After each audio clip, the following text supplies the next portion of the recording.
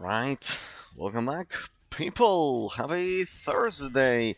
Last day of the stream of the week for us.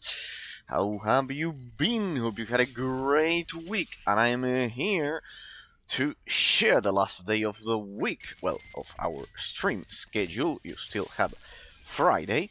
With all of you, with something quite interesting. Day number 22 of Metaphysical analysis of drakensangonline, and according to what I've been told, according to what I have been told about the situation I'm currently in,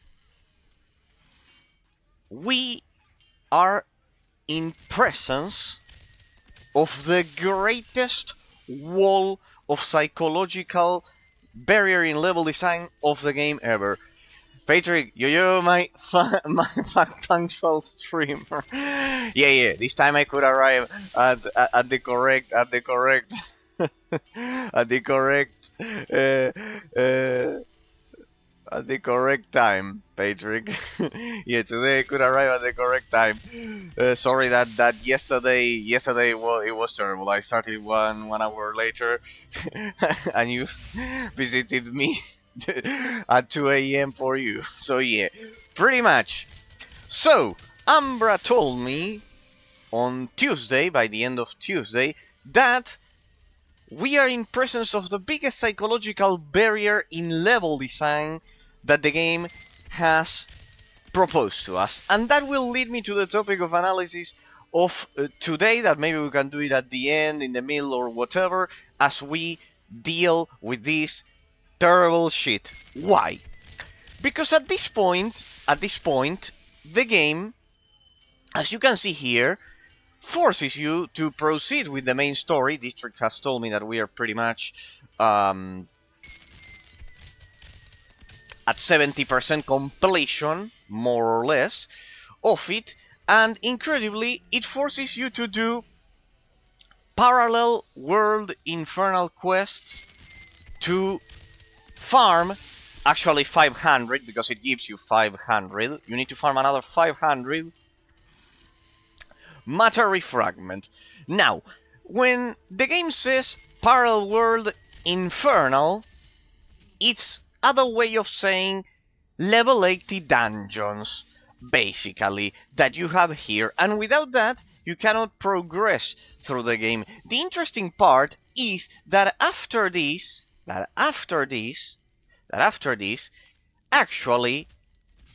as far as I can tell, the game can drop in difficulty once again, or if not, you actually get the gear to do so. But the problem is that at this point, as you can see here, look, oh, there is gonna be a bigger wall later in the game, like the Chinese Great Wall, but that's for the future. I don't know, Patrick, I think we're close to the end. So, basically, the conclusion I get from this is that the level design structure of this game is a mess.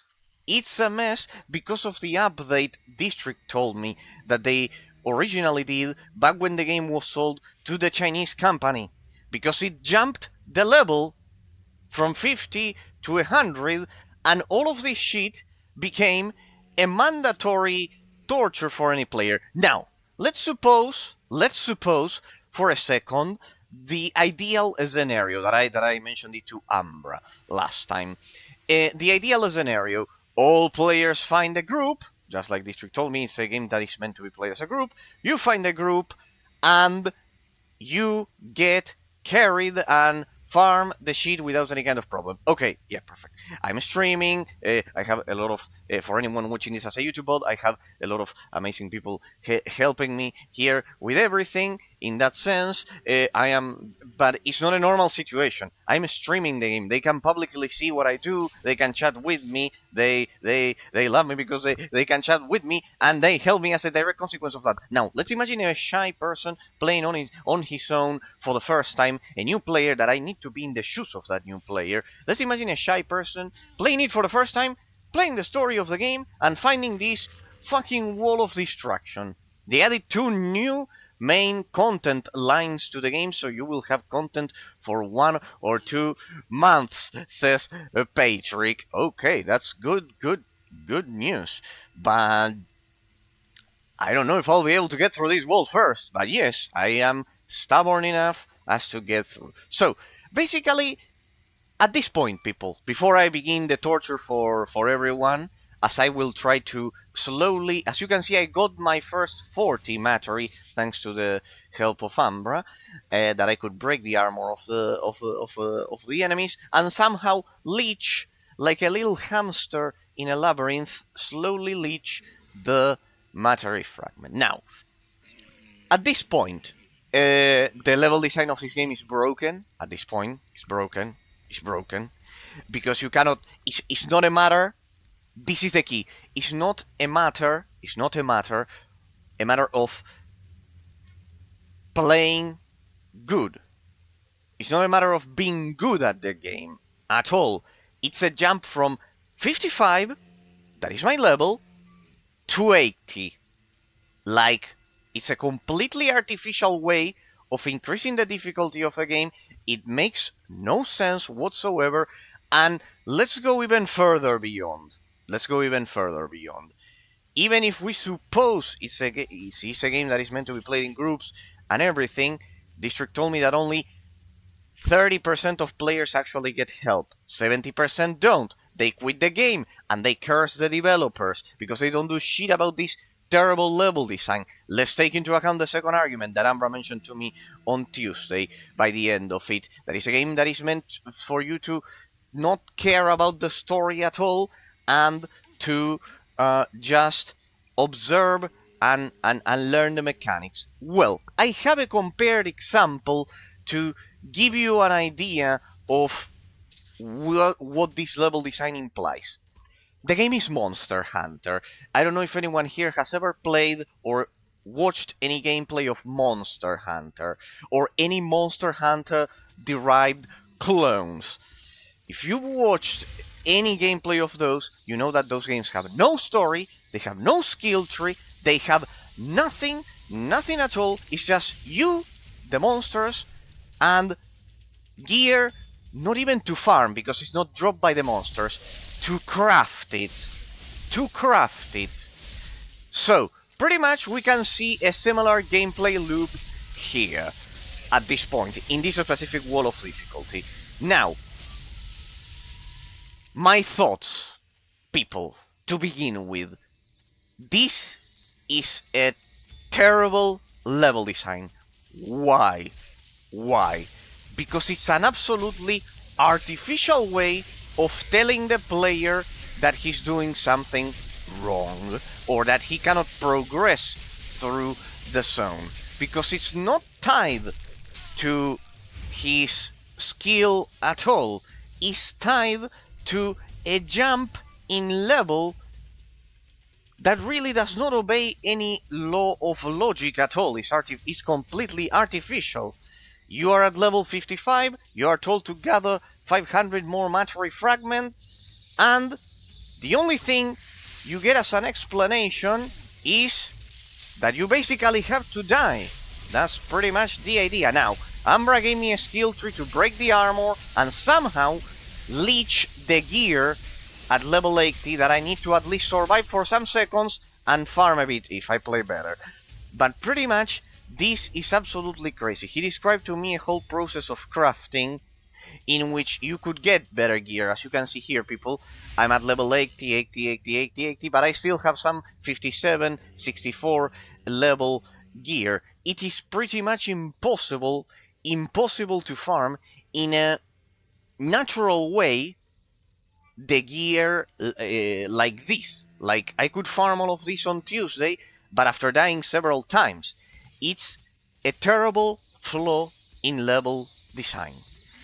Here he told me to use mind control, the guardian, then this one, and like this, the broken armor plus that will actually kill them. And that will allow me to slowly leech the gear at level 80, and hopefully, eventually, I'll be able to clear the dungeon. If I get just touched once, I'm dead, like that. So basically, this process is unavoidable unless you get help to farm them, which was the idea of this trick that I will certainly follow when possible, because this is an absolutely broken level design. Now, people, now. Monster Hunter. If anyone ever played Monster Hunter, I have criticized that game to death precisely because of this. Because the level design structure is like this. It's just craft, hunt the next monster, craft, hunt the next monster, better gear. Gear is not even dropped by the monsters. It's just all crafted. So I think I got a cape there. Anything is better because it's a difference of 50 to 80 the level.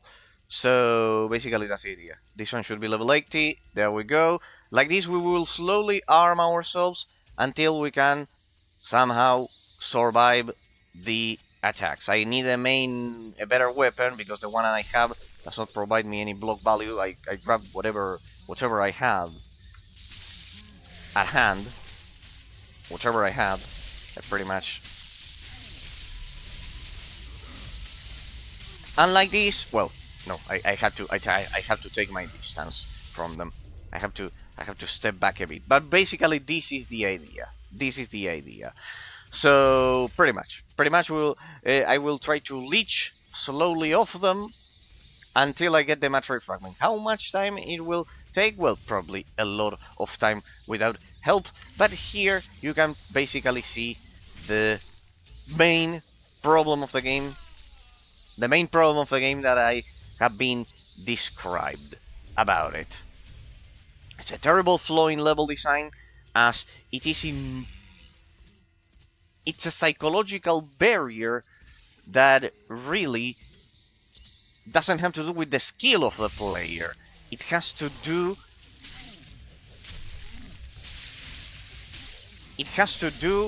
with the fact that the game has no story. Has no story to complement the level design of the game, and no, the story is there, but it doesn't have a cohesive connection in between regions as to motivate the player to do something. It's the same problem that Monster Hunter has in that sense. Now, Amber told me it's not a game about the story. You shouldn't care about the story at all. It's about observing and other things. Yes, but the idea is that there are games that put in the effort of creating a story, even if it's good, even if it's bad or whatever, but at least put in the effort to create a story and somehow use it as an instrument, as an element of motivation to make the game addictive for the player. That's the idea in that sense. That this game does not put any effort into nothing of that. When the mini-boss has a red aura, it cannot be frozen and triggered by the Guardian or any aggro. Damn it! So that red thingy is like a shield in which I cannot freeze them. Here I think I can leech a belt. Perfect. At least the loot is good. Okay, thank you, Patrick. The idea is that the red aura makes it here we go. 64, 86, that it's a brutal level. I need the gauntlets, boots, one more ring, and one single-handed staff plus an orb, and we should somehow be able to be... It cannot be frozen or triggered by the Guardian or any aggro, not even the mind control.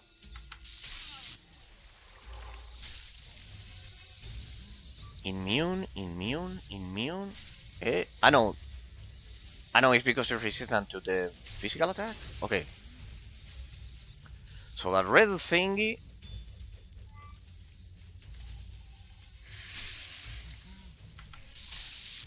Okay. Then we have to just kill him.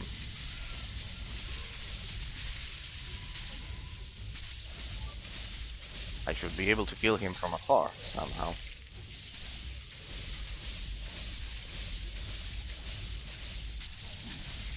Nothing. And it gives also movement, speed buff, so you should reset the map to find an easier mini-boss.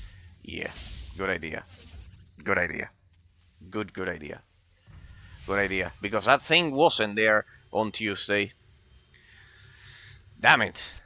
Damn it. By the way, Patrick, if you wanted to talk about another thing as I leech the the gear from the dungeon, no worries, because I know you like talking about the philosophy and all of the and all of the things we discussed. No worries about it. No worries about it.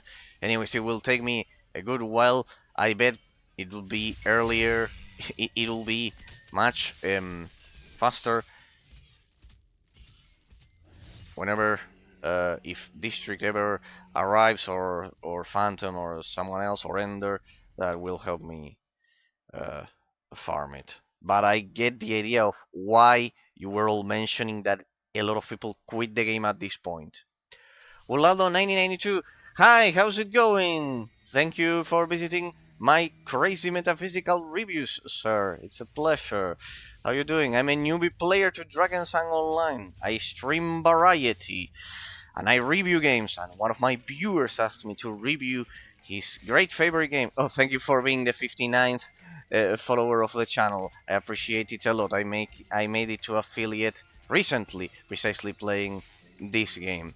How do you are an old school veteran of the game, like the rest of my my audience, the people that I've met playing this great game. So I talk about philosophy and crazy stuff as well, pretty much. What server are you playing on? I'm playing on Heredur. While I'm from the Americas, my viewers told me to play in the European server as it was the most populated in that sense. And I've been reviewing the structure of the level design and everything. And on Tuesday, I've been told that I would stumble upon this terrible wall of brutality, pretty much. That is a jump from level 55 to 80 in the difficulty for no reason whatsoever, pretty much. And yeah, pretty much the idea. I am trying to leech level 80 gear off the dungeon until, well, either District, Phantom, or Ender arrive that will that have characters on the server that can help me get through this. I was mentioning that the level design of this game is quite similar to Monster Hunter in that sense. It's quite similar, people. I forgot to mention it to Umbra the other day. It's quite similar to Monster Hunter in that sense. It's just loot, craft, hunt the next monster, loot the materials, craft, and etc. It's absolutely shit. Absolutely. There we go. Yeah, it was quite unlucky with that other monster, Patrick, because I remember that on Tuesday they weren't like this. I could farm up to half of the dungeon. I died a lot of times, but that would be the least of my concerns right now. It would be the least of my concerns right now. So, as I was mentioning, it's such an incredibly artificial difficulty jump that really makes no sense. District was mentioning to me that when they bought the game, the Chinese company, they basically increased the level cap a lot, and that distorted the original level design that could never be finished. Something along those lines. So basically that. Debate time, says Patrick. You already... I'm on Grimag, otherwise I would help you, says Ulado. Don't worry, Ulado. Don't worry. I've already gone through the pain of going from level 50 to 55 in that sense. So yeah, no, don't worry. Umbra is also there over at the other one. Grimag, that one. Pretty much. Patrick, you like the debate? No, basically, Lado, just so you have an idea, what I do here is I review. Wait, why are you in this map? Says, welcome, District. How have you been? I'm trying to leech off level 80 gear from the bosses, as I'm stuck since Tuesday. Umbra gave me a skill tree to somehow leech the level 80 gear, because otherwise I cannot progress through the story. District. I cannot progress through the story. Look at this. Look at this district. I wanted to show it to you on Tuesday or tell it to you yesterday, basically. But yeah, you were on Tuesday. But then I stumbled upon this shit after this dark heritage thingy got to the final phase. This 2.0 quest activated. Between world. What do you mean? Between world is a dungeon skipping? No, no. Look at this.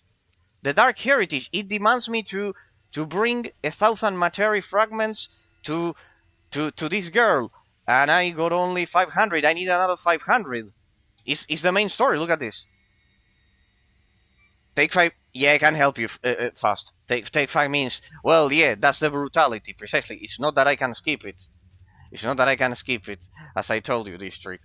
I was basically I've been ranting about the level design since Tuesday because in this map you can summon portals, and Ambra told me that I summoned one, I couldn't kill it because I had level 55 gear and the jump was to level 80, and I have been slowly arming myself at level 80 to get through it. And so far I've been able to somehow clear a bit the dungeon and got 40 from the dead monsters. So I'm hoping to make it to the book there, activate it, and hopefully destroy one portal and make it.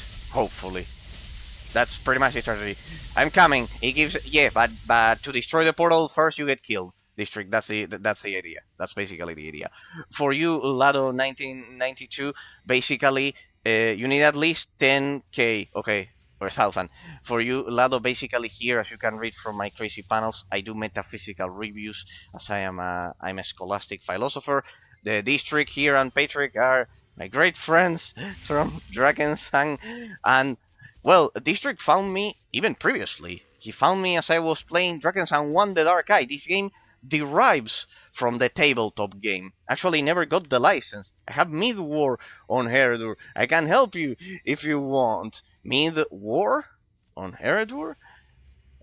Lado? You can join us if you'd like to farm it. District here is level warrior. Warrior. Yeah, okay. Yeah, no worries. Basically, as I was telling you, I do metaphysical reviews, and among other games, this one, I'm reviewing it. I do one topic of review per stream until I reach the final metaphysical analysis. District here, as you can see, is the one that asked me about reviewing the game, and that's precisely what I'm doing, and he's helping me. I would have never expected that after the Chinese company acquired this game, it fucked up the level design to such degree that it jumped from 50 to 100, and you cannot do it. Patrick, whatever you wanted to debate, fire it, as District helps me. Whatever you wanted, I have no problem. I know that you love debating about the philosophy and everything with me. Anyways, it's a wall that will take some time breaking, I presume. I bet District has a strategy for this, but as I was mentioning, people, for the analysis, for what I was mentioning, this is a terrible psychological barrier. Unleash the debate, demons! Patrick, well, yeah. Lado, in case you don't know, as I know you are new, the channel has a bit of a deep lore, as I'm a scholastic philosopher, and some of them love I love the emote. Yeah, it's the top hat there. Come inside. Okay, I'm going. Specific is District, people. And some people love debating about philosophy and those things with me as I play. Basically, that's the idea. I analyze things like influence of the level design on the gameplay mechanics. I analyze things like the enemy variety of the game, like the level design structure, as you can read, everything, all of those things. What are the most popular arguments against realism from Relative? Oh, that one is interesting. Well, a bit of a context for anyone else watching this as you are inside District, right? Yeah, you are already inside. He's already claiming it. In that sense, interesting, Patrick. Interesting.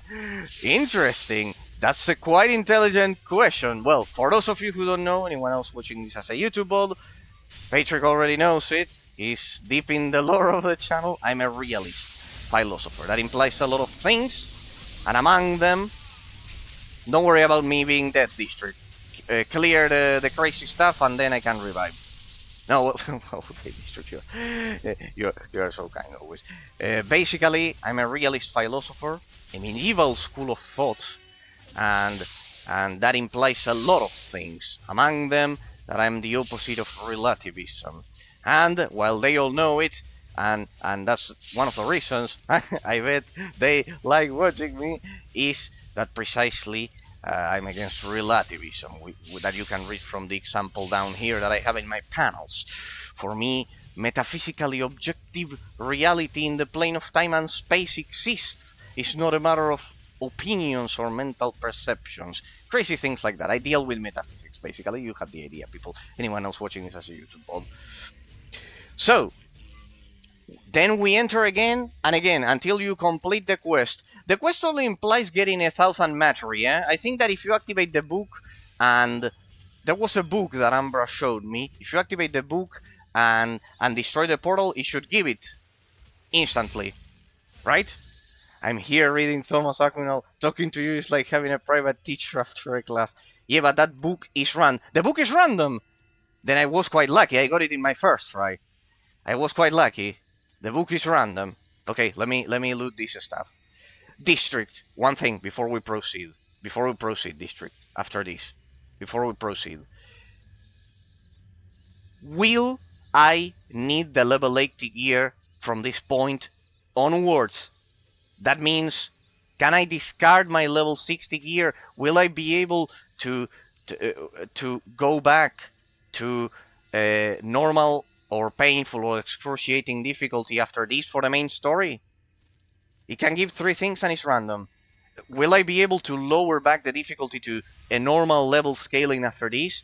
Yes. Okay. Perfect. Then I will keep my level 60 gear, because otherwise it will be way too brutal. I don't know. It would kill the rest of the bosses easily then. Or we can scale the difficulty. Painful or next difficulty after painful, and you are good. Okay. Then then see that it. Wait 1 second, Patrick. I haven't forgot about your question. I will get to it. Regarding the level design, see that it makes no sense as we re-enter. See that it makes no sense to force the player to go through a level 80 dungeon to then lower it back to painful. I think it was 60, something like that, if I'm not mistaken. It makes no sense increasing the difficulty and then decreasing it. In that sense, if you told me that after this the difficulty is always that, well, that's a completely different story. But see that in the structure of the level design, it really makes no sense. If you establish a direct comparison with games of the genre, we got portals. You got portals? District? Portals where? Ah, okay. Oh, you've been inside of the dungeon, probably. True. Yeah, the only thing that I saw was the book. So, basically that. Come inside, yeah. Okay. Well, as District takes care of the dungeon, trust me, I spent 2 hours suffering on Tuesday. People don't think that I didn't suffer. Patrick, getting to your question. The biggest criticism, the opposite, right? The opposite. Quite intelligent question. We summon after I clear. Okay, you got it. Yeah, I've already been. These ones are at 102, I think, so it's even worse. Patrick, to your question. What's the biggest criticism of the opposite side of the story? Quite an interesting and intelligent question. The opposite side of it. The criticism of relativism to realism directly, just as realism has the fallacy of relativism. In the case of relativism, is that, hey, here's the book. I found the book, District. There's a book, huh? Just in case, huh? There's a book, huh? There's a book as well. The biggest criticism is that. Yes, that. Okay. Good. I'll let you do your thing. The biggest criticism is pretty much that as relativism is directly tied... Okay, I will summon watch map so you know the locations. I'll have it up. Anyways, we are almost at 1,000. It's almost done, huh? I think that if I loot this...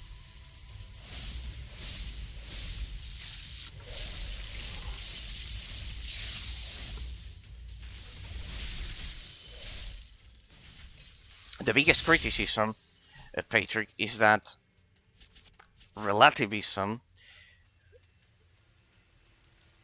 starts from the base that the mind, and it's one more. There's one more at the bottom. Okay. Wait, but because I think the boss should have also dropped a bit. You killed somehow a boss here. No, this one the boss didn't even drop. God, I mean, yeah, I know at the beginning maybe. The thing is that for relativism, the mind is a clean slate. Here, one more.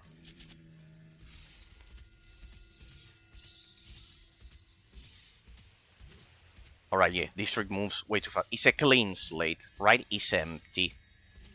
It's empty. It's completely empty. And since the mind is a clean slate, there we go. That should do it, district. It says 1,000. And this is more than double. It should do it. District, are you not live? Live. You got to 2100 now. 2100. Okay, that should do it. It should be enough to progress with the main story.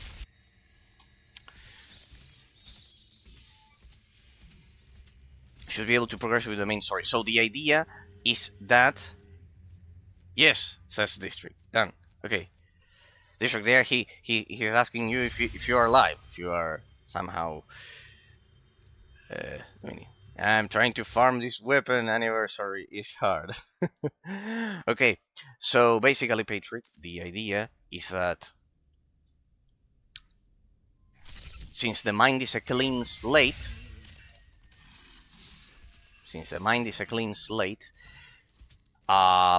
realism is, in that sense, states that metaphysical entities have an external existence. Realism, for relativism, no, it's all a matter of mental perception. So because of that, the mind is a clean slate, and since the mind is a clean slate, it can be filled with whatever idea you like, and pretty much that's defined as reality. Don't know if it makes sense. And the majority is always right, because it's always good to have several opinions in that sense, instead of the observations of the plane of time and space of realism. In that sense, other things that a relativist could argue is that realism is old, obsolete, would say, due to the fact that things don't exist outside of our minds. It would be the criticism. It would be pretty much that.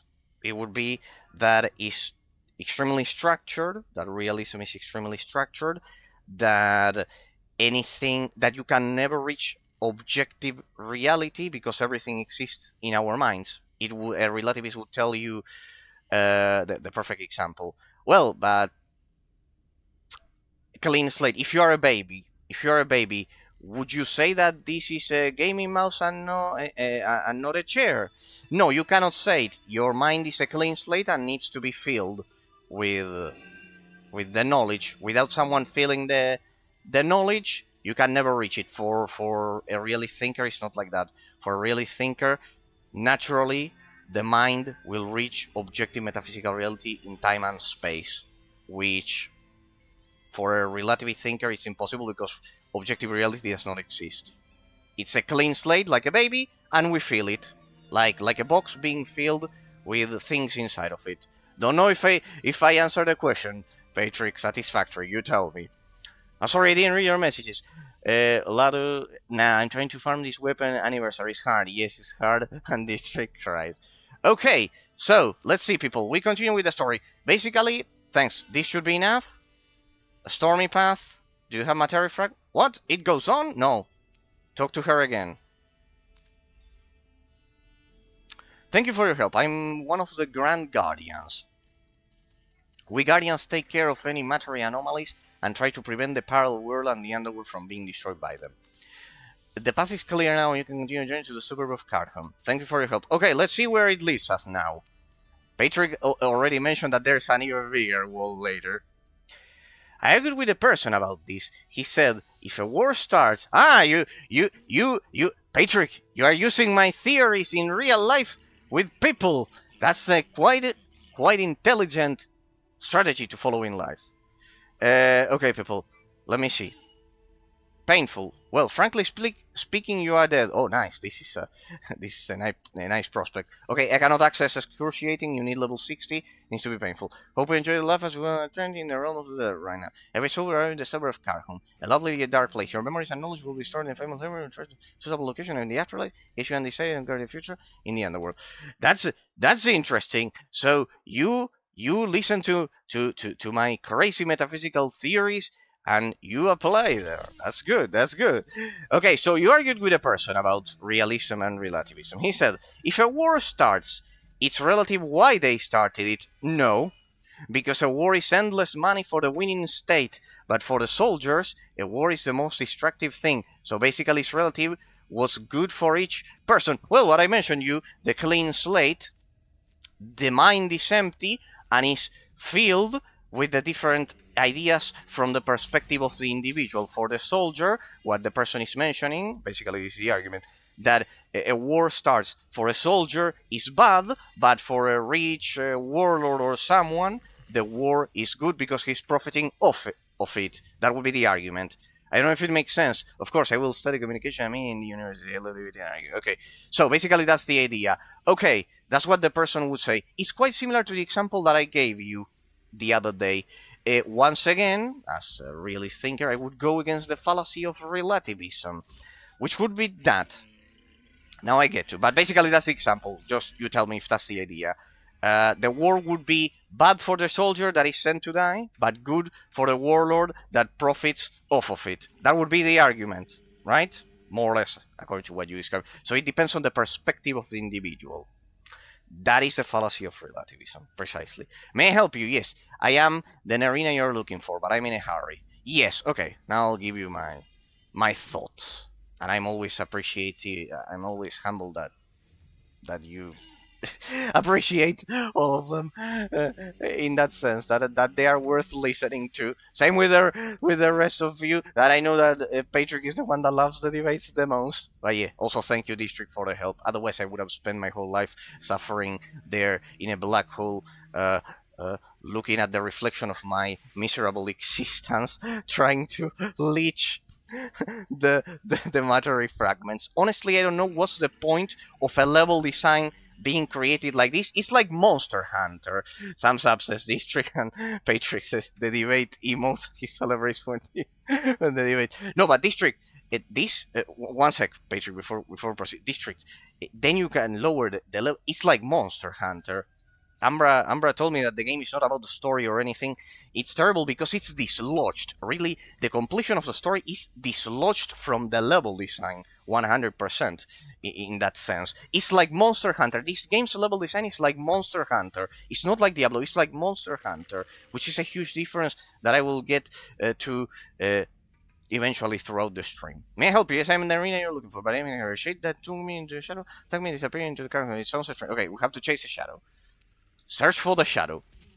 Okay, getting into the debate, Patrick. Okay, what you are mentioning, well, people, anyone watching this as a YouTuber, just so you have a bit of a recap. Caution, this is play for Matter Swirls, Matter Storms. You already helped by this person, Matter Storm in Cardhun. Well, please us with the Matter Film to dissipate the swirls. But if there's a small anyone enough fragments can handle them. Let's see, use the Matter fragments to dissipate. What? That's it? Okay. Let's see. But see, here they are level 60. I can somehow gather the matter fragments in a normal way. So, basically the argument, as a recap, people, as we proceed. The argument is, there's a war, and From the perspective of a soldier that is sent to the front line, the war is a terrible situation because he's sent to die. And from the perspective of the warlord, the war is basically a deal, a trade for him to profit off of. So the relativist argument is that it depends on the perspective. At the end of the day, if any success in the metaphysical plane of time and space is either good or bad depending on the perspective, right? That would be the idea. For one, very same success. For two people, is different, the consequence. Now, realist thinker that I am, I can tell you, a war is always a negative success. Thomas Aquinas mentions this, that is not unavoidable except under three circumstances, in that case, but it's always a negative success. Why? Because death, suffering, and pain are always objectively bad. It doesn't matter if the warlord is profiting off of it. Objectively, in time and space, would be my question to the person, Patrick, that I would have argued back. I don't know what you argued back against the person. Regardless of the profit of the warlord, are people dying in time and space? In reality, time and space. Is life being extracted from a person, from people? Yes. Then it's objectively negative. It doesn't have to do with if the warlord is profiting off of it. The success itself is causing deaths. So, it's negative on its own. See that the existence of the success is external from my mind in my analysis. In the analysis of the person, the existence of the success war is internal to his mind. See, the perspective is always seen from a subjective standpoint. Is good for me, is bad for the soldier. Victory, thanks for your help. The storm dissipated, we give you our best. You're looking for a shadow.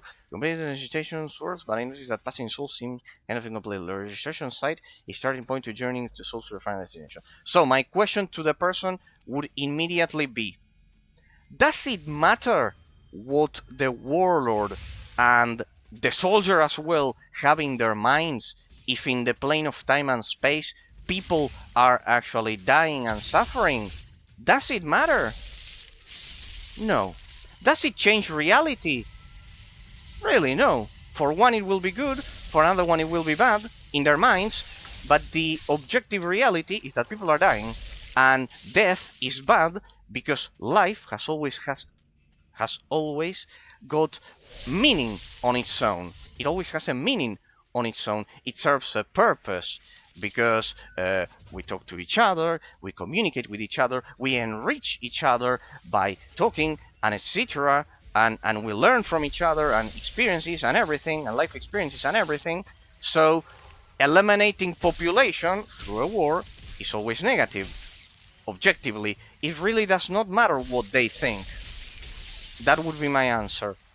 Are people dying? Yes, then it's objectively bad. As I mentioned to you with the case of the drugs, I think you mentioned to me about the drugs that the person said in your debate that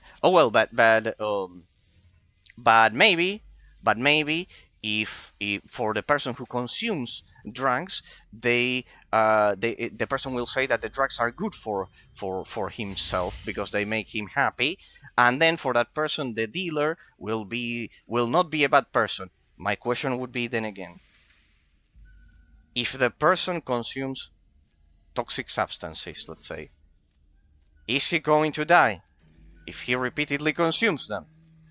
Yes. Why?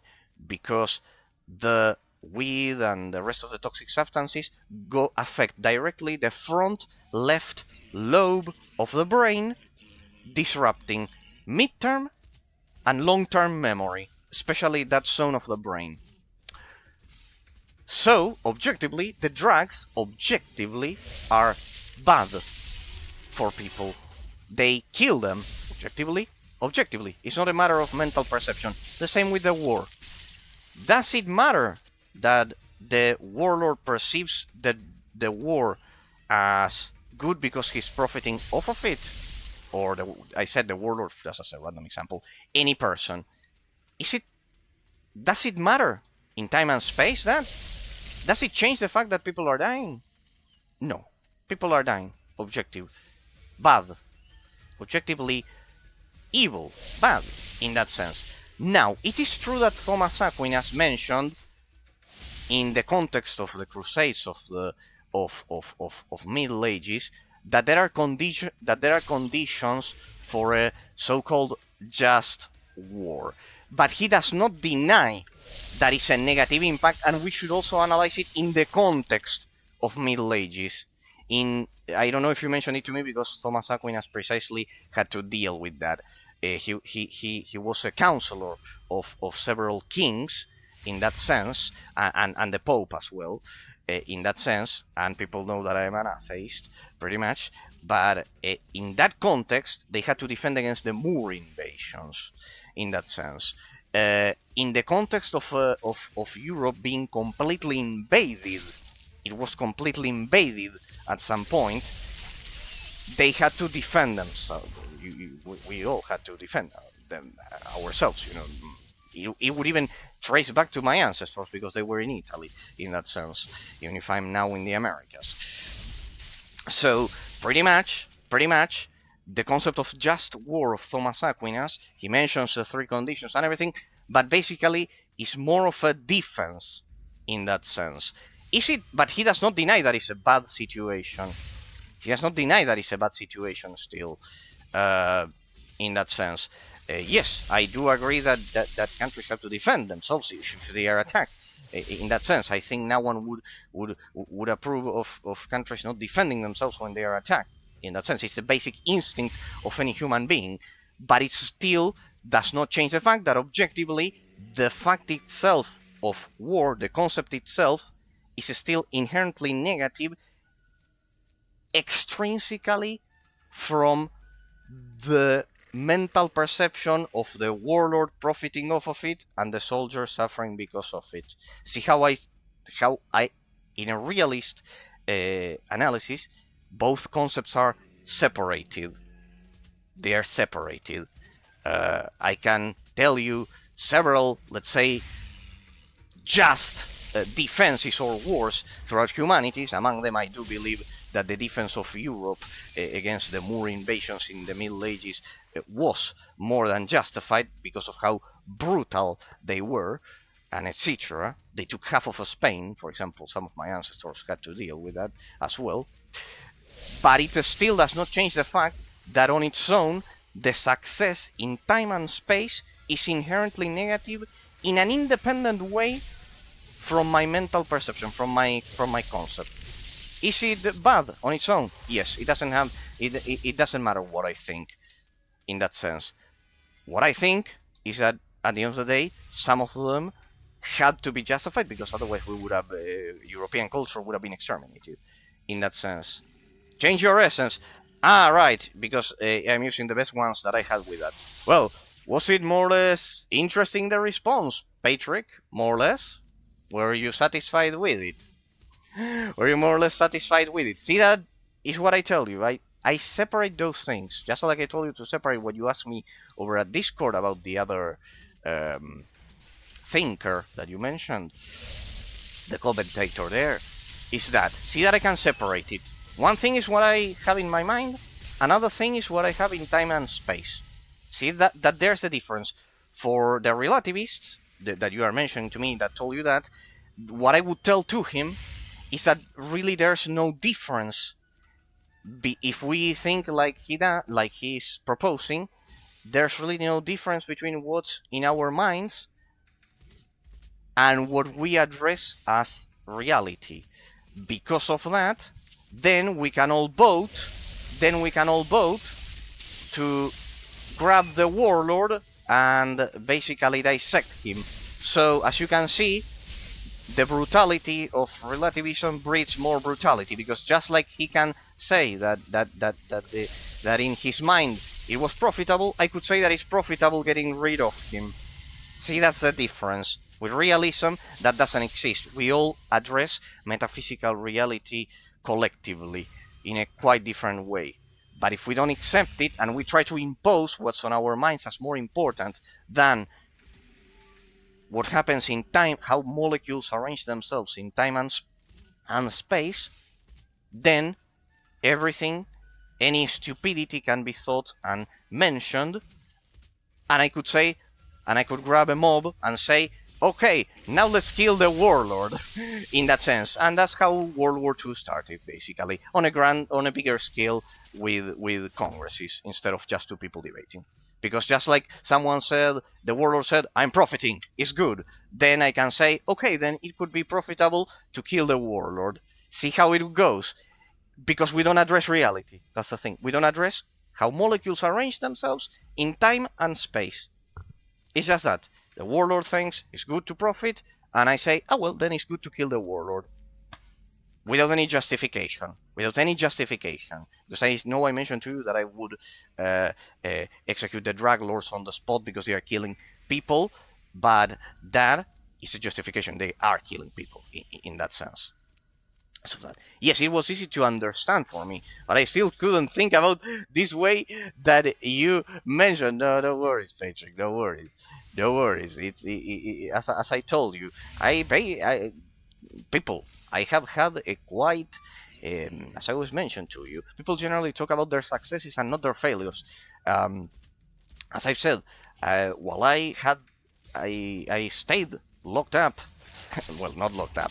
I came back home, but basically that's the idea. I spent most of my time, like 10, 12 years, just reading books. I can mention all of it. It's not that I know everything. It's not that I am a know-it-all. But I spent a lot of fucking time dealing with these specific things that he's asking me about. So, I assure you that, Patrick, that as I told you, that you will have plenty of time to read and debate with all of those things. So never ever be discouraged by them. In that sense, you'll have plenty of time to deal with all of those things. So don't worry. Consider that I stayed up locked up in a library, but it has a counter. It has a negative portion. People, it's a quite a solitary life in that sense. Until I didn't get out except for the friends I make over at law school. In that sense, it is quite solitary. By the way, what were you reading besides Thomas Aquinas? No, I read this. I didn't read Socrates. I read. I read it, but Aristotle was the most important one.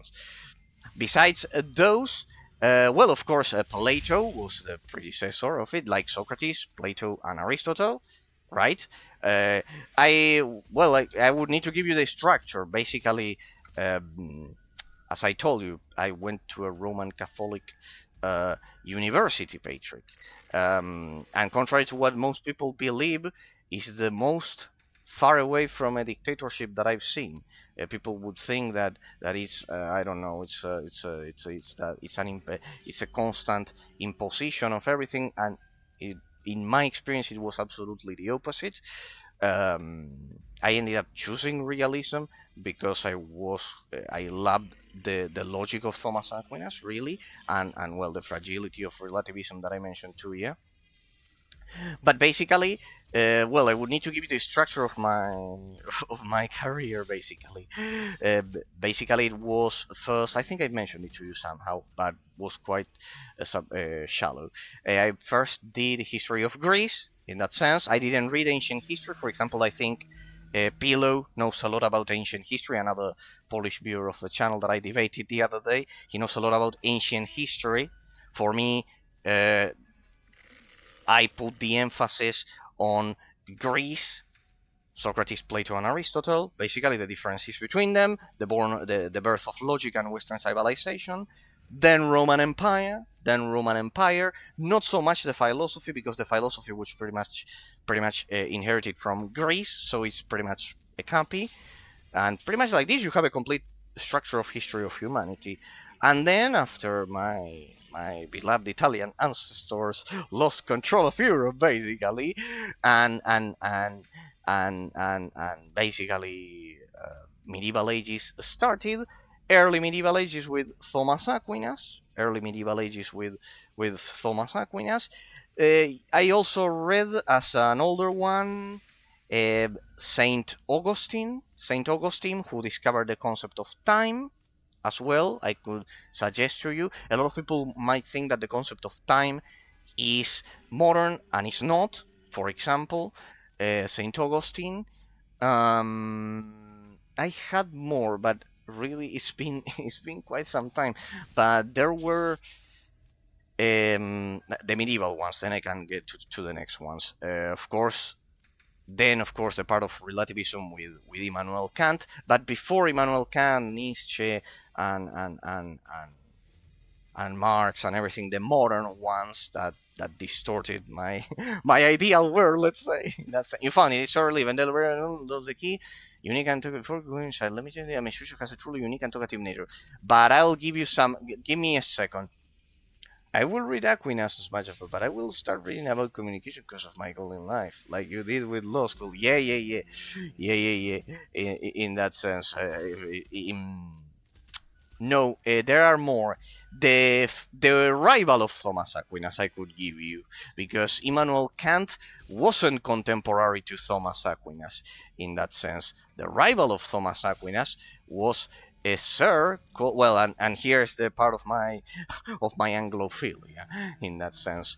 The first nominalist, William of Ockham, a British sir that is called the so-called first Protestant, William of Ockham, in that sense. But are you an avid reader? In this case, the Library of Cardhun might make your heart beat faster. Thousands of bookshops. Okay, this is interesting. We're going up into a library.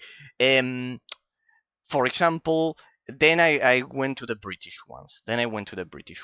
William of Ockham, the first Protestant, who wasn't actually. This is the mistake a lot of people make.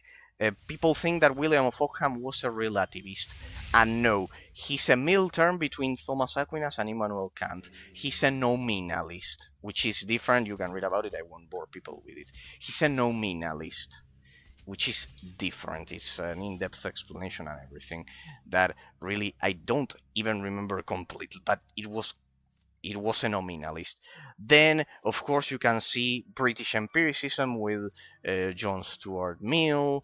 Then it's like that. It's like I did Greece, Roman Empire, medieval ages with some that I also don't remember besides Thomas Aquinas and and Saint Augustine. There were more, and then British empiricism. Because then, after relativism of Immanuel Kant, then there's another division between something called British empiricism and French. Uh, the rivalry was, instead of relativism and realism, it was British empiricism against French logic. It was different with Descartes, basically, and that's where the French Revolution starts. Basically, it's the untold part of the French Revolution, what brew before it, basically. So the ones that I like reading, William of Ockham, as the contemporary rival of Thomas Aquinas, and then inherited by John Locke, and well, Stuart Mill. I think it was the United States. It was John Locke. I think it was John Locke. So yeah, up to that point, then I have some differences, but I would support British empiricism. I would not support David Hume in that sense. I would go for John Locke, but yeah, in that sense, I think none of those are as good as Thomas Aquinas. Honestly, none of them convince me that much, because at the end of the day, they all fell somehow prey with different degrees. That's why I make the distinction with different degrees. I would say that British empiricism had a better degree of not being influenced by relativism, but they were still influenced by it. So in my case, I would choose Thomas Aquinas. But I can still tell the differences between them. Welcome to the famous library of Cardham. Oh, Nerina. Greetings, my dear. What can I do for the two of you? Oh, wait, your friend is here for the first time, right? Well, let me introduce you to the amazing collection of knowledge from all places and times. We have manuals, cookbooks, dictionaries, encyclopedias, light novels, comics, adventure books, dissertations, anthologies, and activity books. Picture books. As you can see, the choice is grander, grandestico. Oh, I'm such a jester, forgive me. And yes, I'm always an amusing host. Me, the Great Index. I can give you my signature if you want it. If you want it, I have a new picture poster print. Isn't it just amazing? I know, unbelievable. You're such a lucky person. Meeting me. That was just mine as well. No, so attack an arena. Oh my dear, are you okay? Oh, sure. Bring me the shot. I will teach you someone. Searching for it. Or is it good? Ask an expert. The inner me. Okay, we have to find the books, people. So basically that. Uh, I had the. Well, hang on a second. I'll give you the. I'll give you my list. I think I have it here. It's one of the websites that I developed for myself. Um, Hang on a second, Patrick. I'll give you the names because honestly, I one sometimes loses track of everything here. I'll give you the names. One sec. Sorry for anyone else watching this as YouTube, but now we continue with the analysis. I'll give you the names. I'll give you the names so there you can see them because honestly, it's there are so much that I don't. Even my memory has a limit. Philosophy. Socrates, Plato, and Aristotle, blah, blah, blah, blah. Okay, from Middle Ages, St. Augustine, the Anselm of Canterbury here. Anyway, how could I forget about the Anselm of Canterbury? The Anselm of Canterbury, uh, another of my Italian compatriots, the Anselm of Canterbury.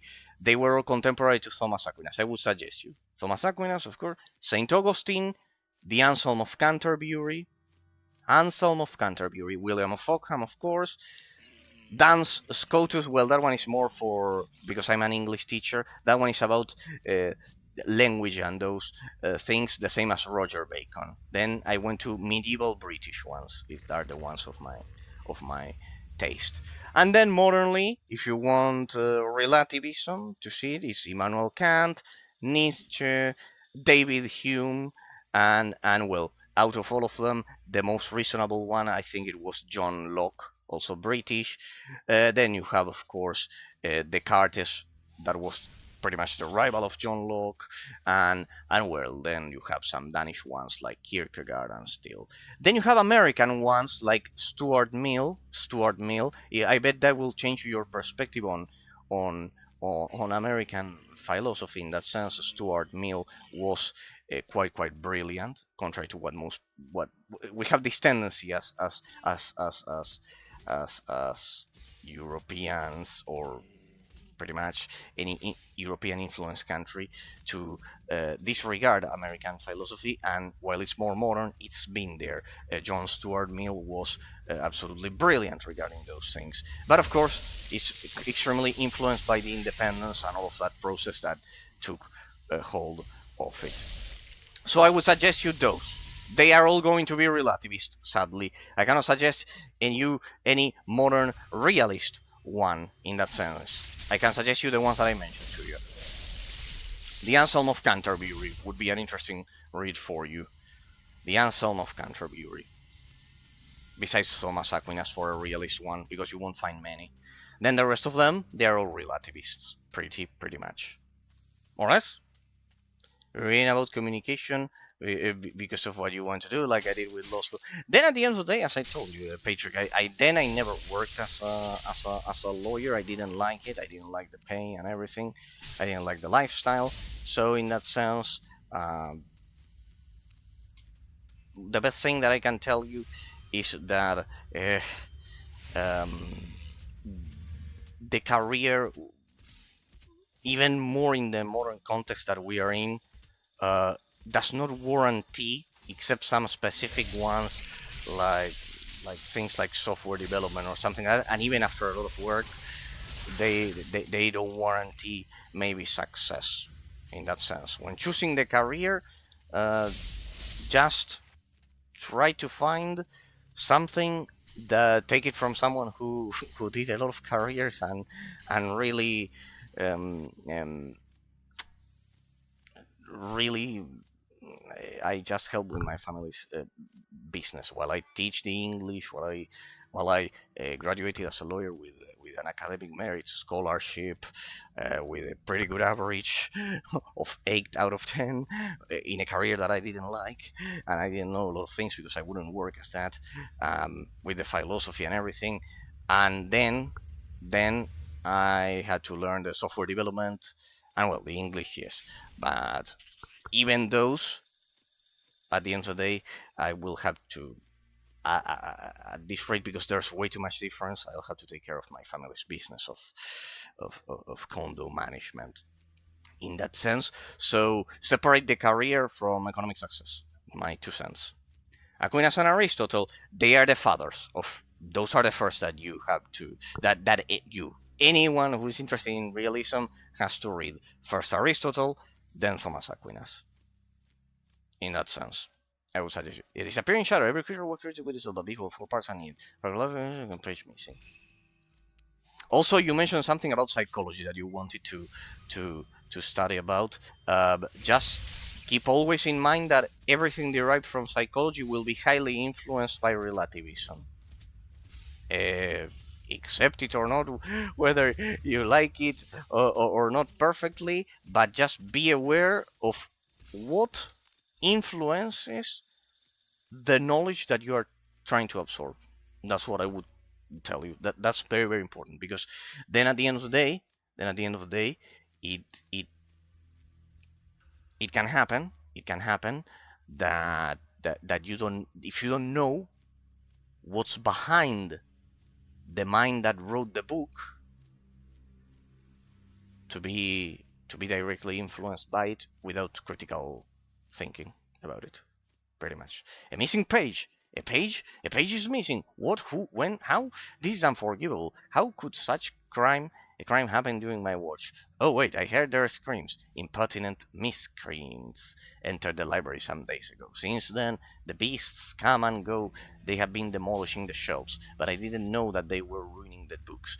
Did they destroy the pages? Steal them? For anyone else watching this as a YouTube bod, I do game reviews as well. I review the games and everything. The thing is that this one we've already dissected everything that it has to offer pretty much. We've already done 22 days of continuous analysis from the influence on the level design on the gameplay mechanics, from the narrow corridors causing the character to not have a lot of room to maneuver, and that changing the source of the difficulty of the game to be natural and good, to the psychological barrier of difficulty of the terrible level pacing that I have been mentioning, to the history of the game. You have everything over at YouTube, the whole analysis that we did about the game. Then only the final analysis remains. District is telling me that we are more or less 70% through the main story of the game. We are 70% through it, so we should be close to the ending. Only the final analysis remains in that sense. We'll switch to communication and realism. Philosophy, psychology for me was a bit old. Uh, you like realism, Patrick. I don't like to influence your choices in that sense. Why would monsters, that H there is wrong, and even single ones, just not the book? Strange indeed. I would suggest you this. Would you please continue reading my bookshelf? Missing one? Yes, let's go. I would suggest you this, Patrick. First, try to secure something that will give you a decent income. Philosophy will not give you a decent income. That's it. I could do it because of what I have been telling you all. I did it because I wanted a higher education in that sense, but it's really not the source of money. I would suggest you to try something that actually gives you money. First, the career. Separate the career from your passions in life. I would suggest you that. In that sense, I really don't make anything out of all of this knowledge. It's just there, so I don't know. I'm not ignorant. At the end of the day, it's good, yes, but I would suggest you, in terms of career, try to go for the money. Try to go for the money, because even when choosing that, it won't be secured. Try to go for the money. If the psychology gives you the money, go for that. And then if you like other things, like if you like realism, is perfectly fine and etc. What could I tell you about it? Then yeah, I want to learn to be a communicator or a journalist, anything where I can write and speak. Okay, yeah, like a social career. But well, if you have to go for something like a sports commentator or something like that, don't don't discard it. Don't discard it. If you get the opportunity and you get the money, don't discard it. Then you have plenty of time to read about uh, at home when you return home. If you truly love philosophy and all of the because of the all of the all of the stuff that you've heard me talk about on stream. In that sense, I'm absolutely humbled by it. Then do it at home. First, secure the money. First, secure the money, and then you can because that will give you the time that you will need to enrich the mind afterwards. It's quite interesting. And as I said, don't as I always mention, don't be obsessed with money, but try to secure something that gives you stability. It gives you stability in that sense. Something that you can picture doing 24 hours a day, even if you don't do it. That's the key. That was, let's say, my mistake in life. I didn't get something that I didn't choose something that I would have loved doing 24 hours a day, lawyer. In that sense, I just didn't like it. Fortunately, as I was locked up reading constantly, uh, I had learned about English. I could learn software development. I could learn, and really, the thing was that even with all of that, I really didn't 100% need it. Would have? Is it good? Yes, but I really didn't need it 100%. Would have been nice? Yeah, cool. Yeah, perfect. Just like streaming, for example, and everything, and all activities we do. Yes, but really, it wasn't a matter of life or death to me. Yeah, I'm forever humble and thankful to my parents because they pay and give me everything to be everything exactly. Always, always. That's something that society does not value enough nowadays, if you ask me. Hello again, haven't I mentioned any hell? Matter of fact, when you get me someplace, it's storm quickly. Ah, but now I can farm them without bothering district, because I can farm them here, because the mobs do drop them. I can farm the mastery fragments here. Always do that picture, because if there's one thing I criticize about the Obama administration 100%, and do you miss anything in life? Oof, a lot of things. Petri, one interesting question. Yes, you know that I told you, I think, that I'm an only child. I'm an only child, and for Italian families, it's not like in the rest of the world in a lot of cases. Yes, the first things that I miss are my grandparents, my grandfather and my grandmother. In that sense, contrary to what happens in other countries of the world, Italy is the most family oriented in the world. So I grew up with in this house. Basically, I never changed house. Not house. I never lived in a house. It's an apartment. I live in a huge apartment. Let's say 120 square meters. I live in a huge apartment in the capital of Argentina, basically in Buenos Aires. You can Google it. So it's this apartment was bought by my grandparents, and I grew up with my parents and my grandparents being only child. So the undivided attention of four people constantly on me. In that sense, I must say I must be among very few fortunate that had that. In that sense, that's why I'm always so thankful and so conservative in that sense, in a lot of aspects. Because as I always mention it, if I had to define conservatism, is the, as I said, the reflection of the appreciation you have for the love that your relatives gave to you when you were a child. Generally, I think there's a direct relationship between not being thankful and not receiving that, and that causes a lot of people to, as I was mentioning about the Obama administration, to hate their parents, which I think is the worst sin of our time. Is that sin? The worst defect of our time is that children not loving their parents, their grandparents, anyone who came before it.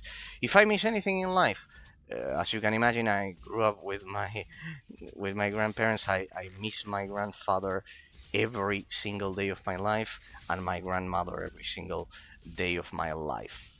My from my Precisely, they are from my Syrian branch, from my mother, in that sense. So, as I told you, as I was mentioning to you, Italian-derived countries, Argentina is the biggest Italian diaspora outside of Italy in terms of proportion. So, because of that, it is not common for us. Really, it's not common that what you see in American movies or whatever, that that children leave home at the age of 18, not seeing their parents again except for Christmas. For us, it does not work like that. It's not. It does not work like that in Italy. It's not. It does not work like that in Spain, and it certainly did not work like that in the Roman Empire, and it won't work like that here in Argentina and nowadays as a direct consequence. For us, the family is the core of society, and there's absolutely nothing wrong with the fact that I am 29 and I love spending time with my parents, that I live at home with them, and that I live with my grandparents. Honestly, that is not seen like that. May love find you and you could create your own family. That would be the other aspect of it. That would be the other aspect of it. A terrible thing of our modern society, that they are trying to pit us against women and vice versa. That is absolutely terrible. It shouldn't happen. As I have been mentioning, it's not something that I can, because you said you mentioned miss like in the past. I didn't think it about the present one. In the present one, of course, I do miss my my my love from law school that I had. I of course missed that I mentioned to you the other. I think when I was playing Star Wars: Your Republic, and as I've told to you, either through going to a laboratory, not the best option possible, but it's more important for me that than any other thing, or through finding a partner. Uh, of course, I do believe that one of the goals of of life is the reproduction of our species. In that, I wholeheartedly agree with Christianity. That's so you see the part that I appreciate in that sense. I do agree on that in that sense. I think the modern tendency of telling people that the most important part of life is personal pleasure, derived from Nietzsche and nihilism, because that's nihilism, the absence of purpose in life, that then turns into something called hedonism, which is that the purpose of life is personal pleasure. I don't think that the objectives in life, the ultimate goal of human existence is personal pleasure, as I mentioned to you. It's precisely through the reproduction of our species, through finding love, as you are mentioning it, and thank you for the goodwill. I wish you the same. Through all of those things, find true happiness and wisdom, not personal pleasure, not having sex 24 hours a day like they are trying to sell us, that that is the ultimate goal in life, and then forget about the person. No, that's not the case. And that won't bring anyone happiness. And we will have, that's why I suggested you to keep going for psychology, because we will have a lot of psychological problems, especially in women in the future. We will have a lot of psychological problems to deal with, because most of the population are unaware of what they are doing to them, in that sense. In that sense. Because they are pushing women towards a life, especially women, towards a life, or a portion of them, because there will always be a portion, fortunately, that can see through those things. They are pushing them towards a life of solitude that really only the most brutal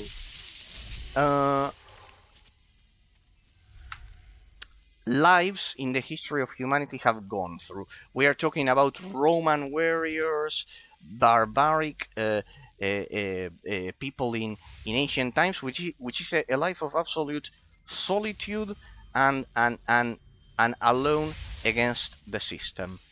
So I think that when most of the population realize what we've been fed during the Obama administration specifically, that caused this ball of hatred, telling young women that all of our parents are idiots, telling all youngsters that their grandparents and parents are idiots, that they had no idea what they were doing, that their grandmothers and mothers were oppressed and some shit like that. When they realized that it wasn't like that, that back then everyone was a lot happier and more accomplished in a lot of aspects of life. It is true that there were hardships as well, I do not deny that, but that they were happier in a lot of aspects of life.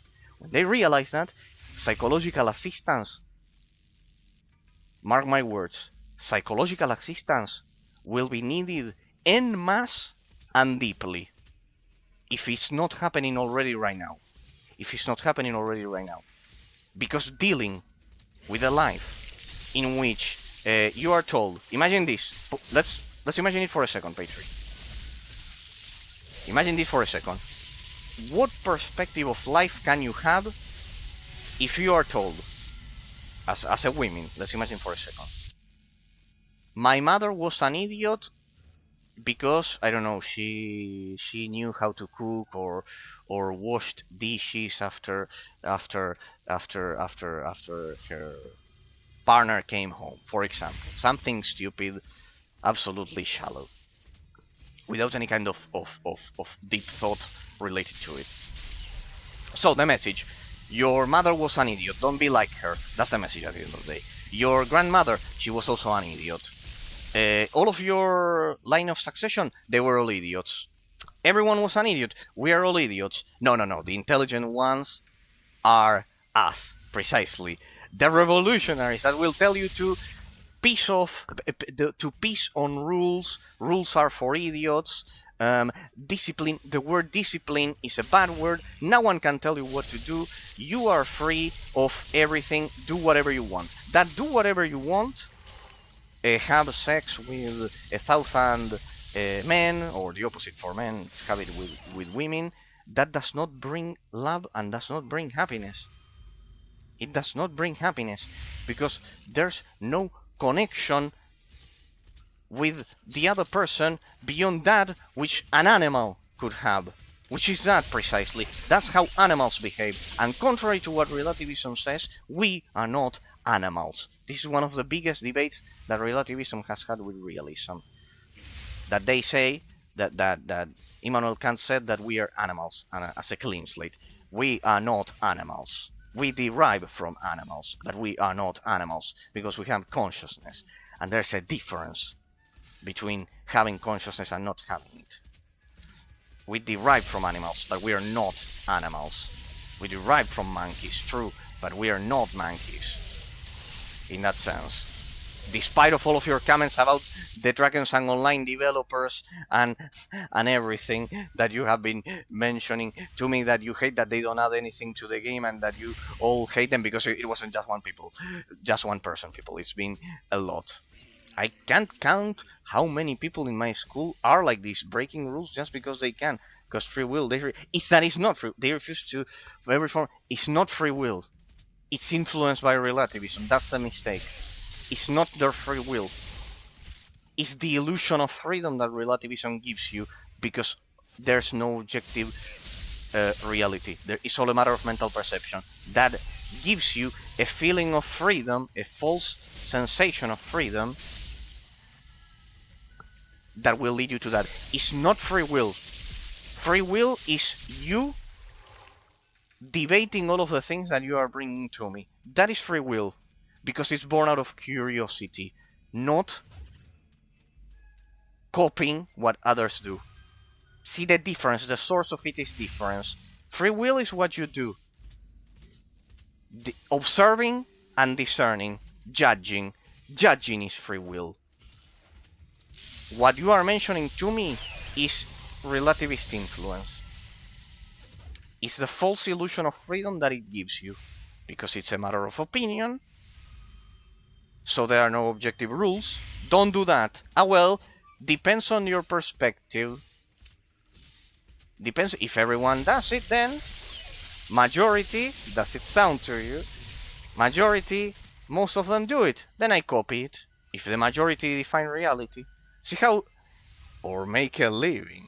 And I can't imagine if you can't write in your workbook for 20 minutes in class, how would you start your own business in the future or make a living? Well, that's why I'm telling you that there will be a lot of issues in the future regarding society and those things. It will be a huge problem because they deliberately are making people more ignorant. I'm not saying that, for example, Immanuel Kant. Here I think I'll have to reset the map because the stuff is not dropping. I had some lucky drops, but there it's not dropping. Let's reset the map. I need 1500. We're almost there. But no, Patrick, that's the idea. All of the ones that I criticize because I'm a realist thinker, Immanuel Kant, precisely William Fulham, whichever, they really had a huge difference.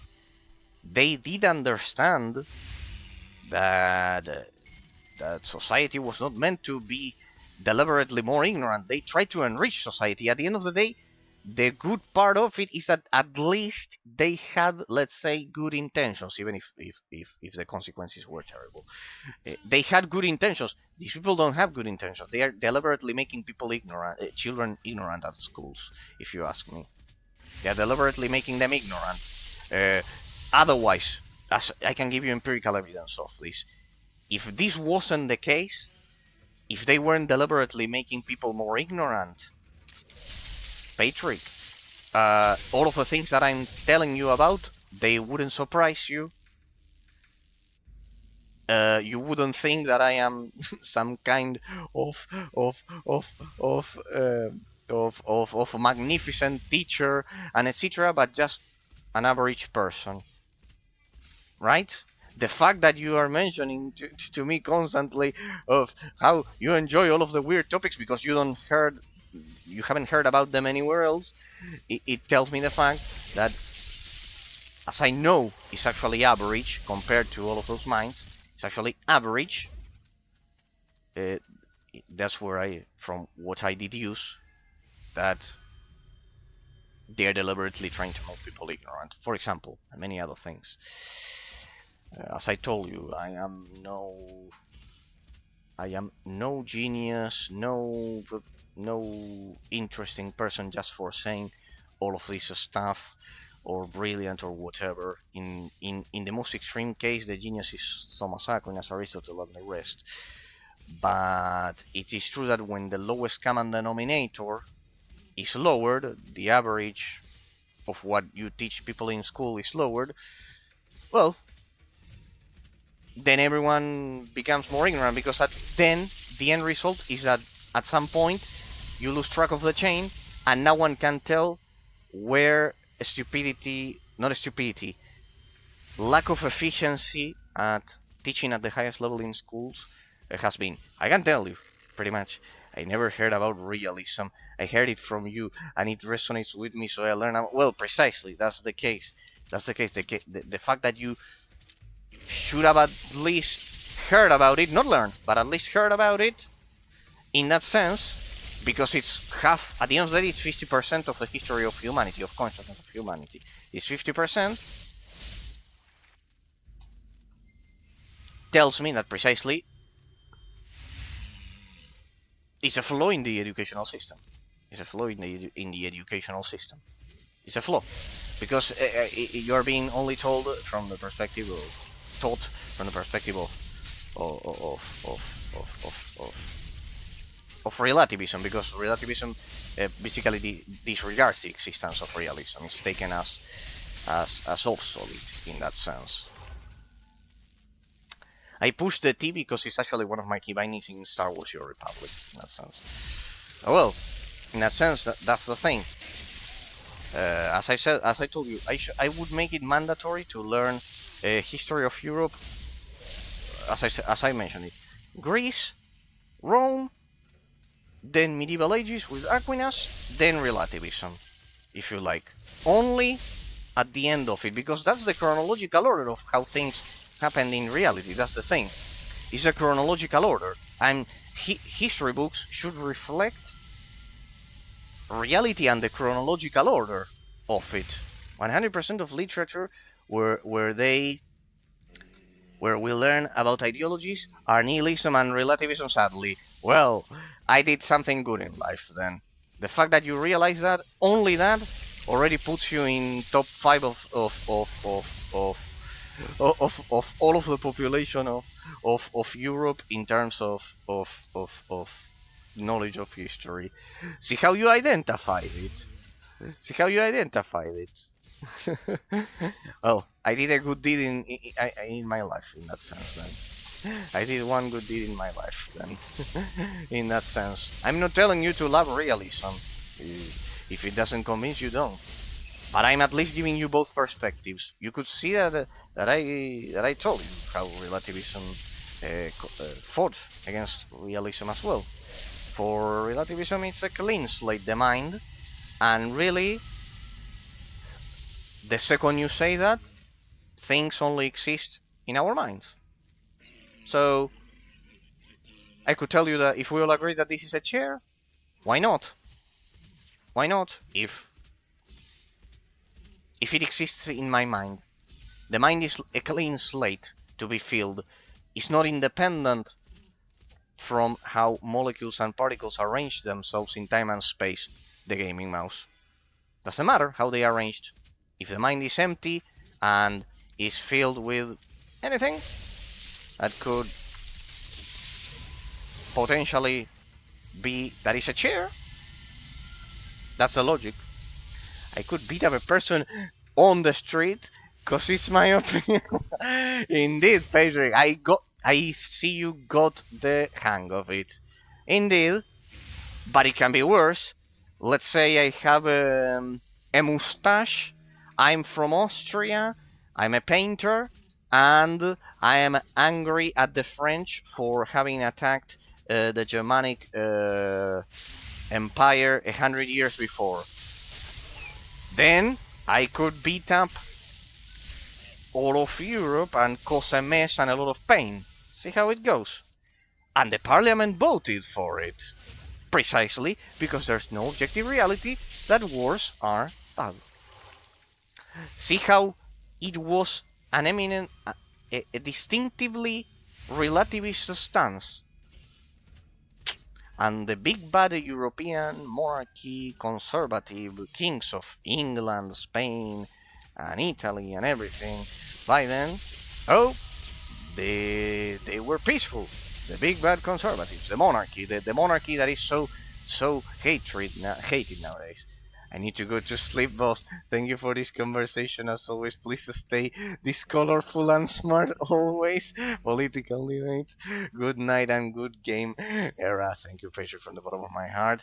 And I always appreciate your company. I always appreciate your company, Patrick. I feel thankful that you got it with that last phrase. You got it perfectly. I could beat up a person on the street because it's my opinion, pretty much, and that is good for me. I feel good. That's precisely. There is no objectiveness in that. That the person got some bruises, in that sense. That's relativism 101. You got it perfectly. You got it perfectly. In that sense. Bye bye, Patrick. Have a great day. Okay, people, getting into the topic of analysis before I get publicly stoned for overloading everyone over at YouTube of metaphysics. Good night, Patrick. Have a great night. See, that's one problem that we have here in the channel, people. There's a big time zone difference between me and all of the European audience in that sense. There's a lot of difference. 5 hours with Patrick here, for example, and most of you. That's the huge difference. And with the 4 Polish viewers, with Ambra, Ender, Axis, and Pillow as well. We have 5 hours of difference. So imagine, people. Hey, I'm almost there, but this shit is not dropping. So, getting into the analysis. getting into the analysis and topic of today. The terrible flaw in level design. I have been told that we are seeing it. So, you need to do parallel world infernal there at level 80 to gather the initial matery fragments to get it. So, without help, any normal player at this point naturally quits the game. Why? Because the level... There, we got it. Ah, damn it wasn't enough. We got a bit, but it wasn't enough. We are there, people. We just need to make this... We have to squeeze these monsters to get the rest. I'm only lacking there 70. Oh, there we go. We're almost there.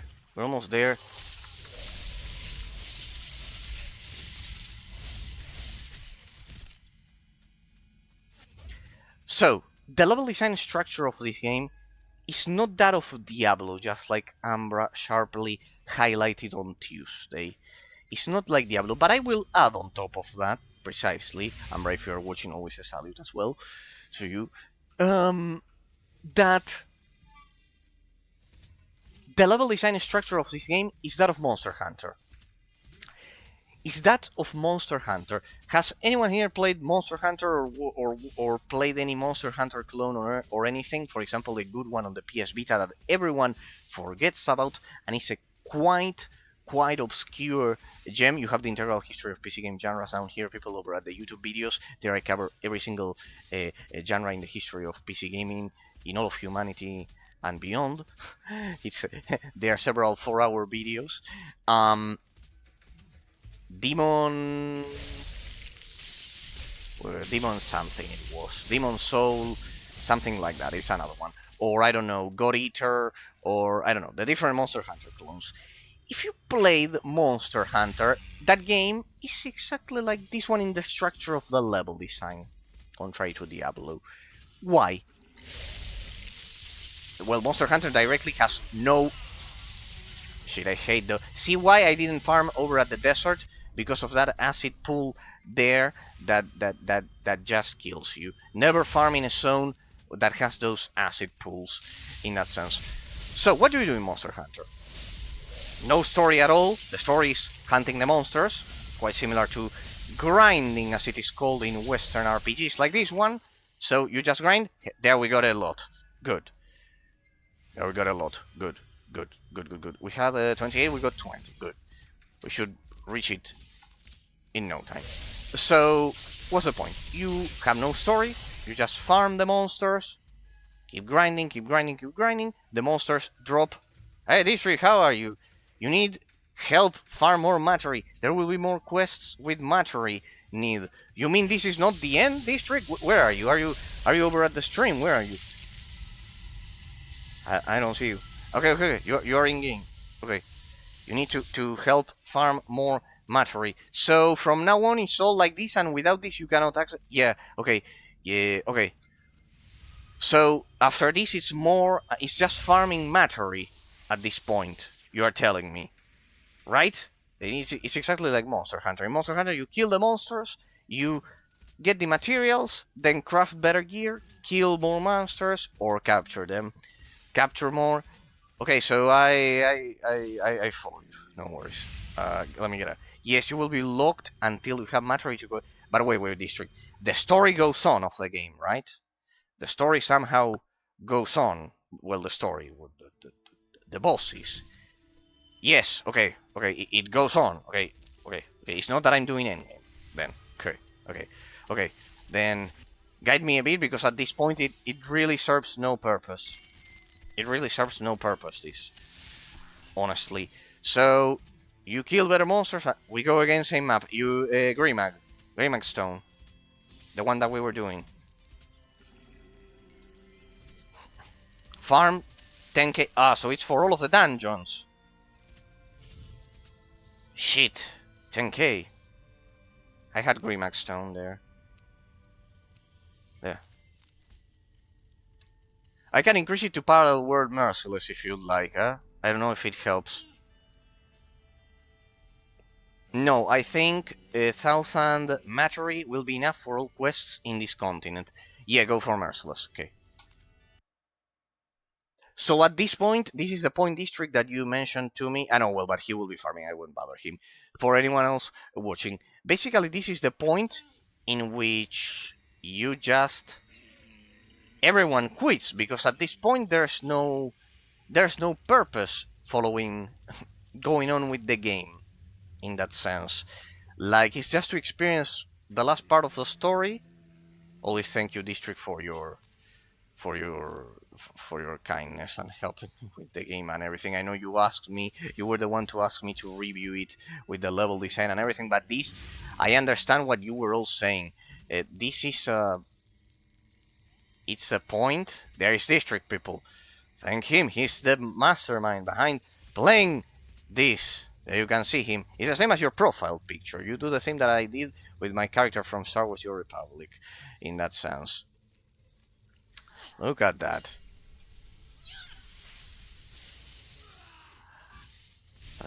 It's the same. It's the same as your Discord profile. Now that I see it, is that little gnome there?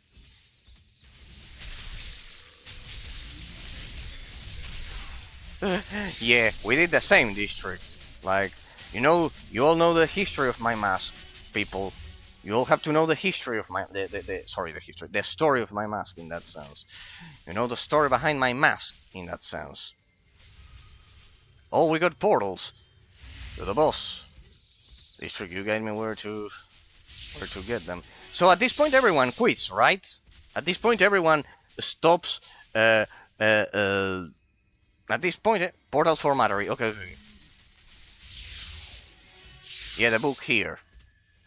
At this point, everyone quits. It serves really no purpose because it's a jump. They don't quit. They ask for help here, but you told me that only 30% get them, District. You told me only 30% of the population get them, roughly, on average. Yes, well, that's it. And also, this is the topic that I was mentioning to Ambra. Imagine, imagine if the population of the game dwindles for whatever reason, or you are playing on an offline server. For example, you know that I have my offline World of Warcraft server for my own. Then, if you don't have other population, at this point, the game dies. 100%. I don't think so. Hey, look at that. I survived a single blow. So at this point, everyone quits. Imagine if you don't have the population, people. Let's ignore the part of me being a streamer and District helping me. Let's suppose, for a normal person, 30% get the help, and the other 70 they quit the game. Pretty much. Pretty much. Pretty much. It's pretty much like that. Imagine if you try to play this in an offline version. It's impossible. how many weeks you would spend, like I was doing, trying to slowly leech the level 80 gear to survive it. Like if you compare the leveling experience pace of this game with something like Diablo, or even, well, as I told you, Star Wars: Your Republic, that is my favorite game of all time. In that game, it's the best game of all time. As I always tell you, because it's the most versatile I've stumbled upon. You can play it solo, you can play it with. You'll summon the portal for Mattery. Okay. Yeah, they're at the book. Then they appear here. We kill them. Well, basically, District kills them, and I try to follow him. Basically, destroys them, and those should drop the Mattery. I need to loot it as well. So basically, you can see here a terrible design in level design structure because the pacing forces you to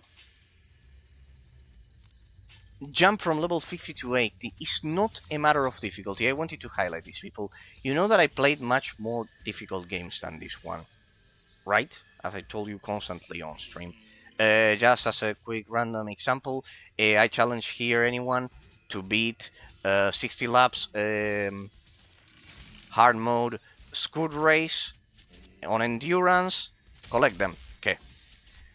60 laps endurance mode hardcore or hardest difficulty on scud race, and you'll see that it will take you a lot of time.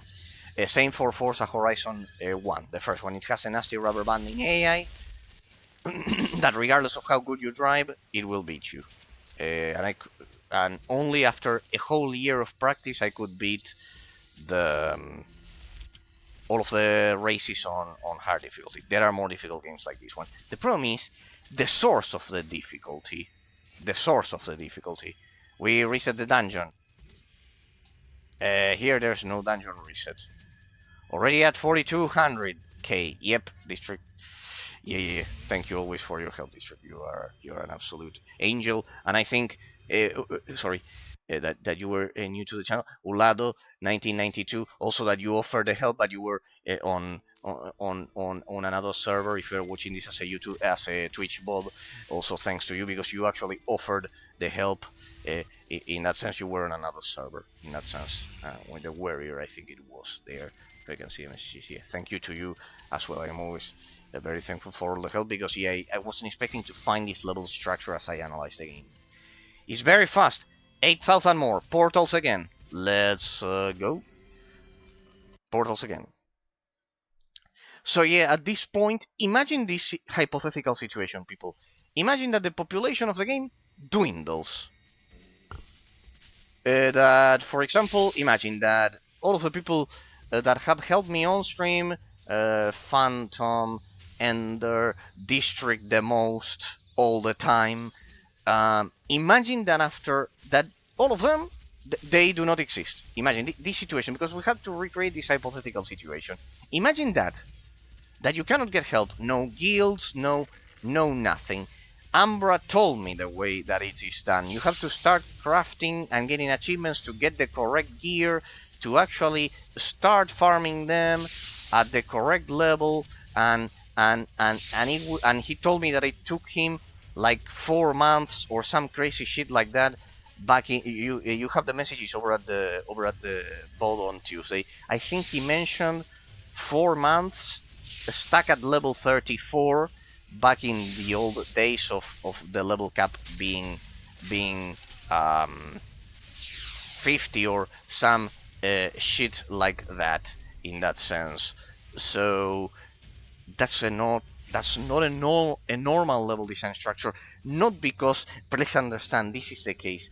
It's not because any new player is a noob like I am with the game, that I don't understand the things. It's not like that, because the source of the difficulty is artificial, it's not organic.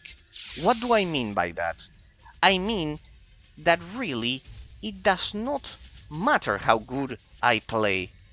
It really does not matter at that point. Even if I can avoid all of the attacks, I cannot farm at a normal pace at all. Why? Because there's a jump in level from 55 to 80 that is unavoidable to continue with the main story. Now, the argument of Ambra that he told me the other day, you shouldn't care about the story. The game is not about the story. Well, okay, summon. Okay, you're gonna summon the portals. Okay. The book is there? Should be here. Yeah, it's here. Do you want me to summon District? Since you are there. There you go. I shouldn't move that so much. So, the argument that Ambra told me, or the one that District told me the other day, that he mentioned that it's a game to be played in groups.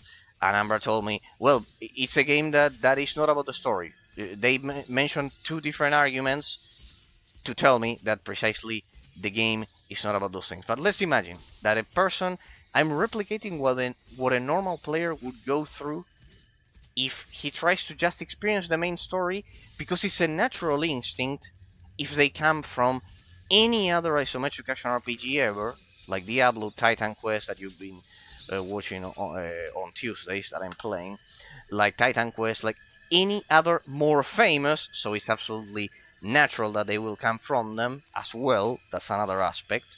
So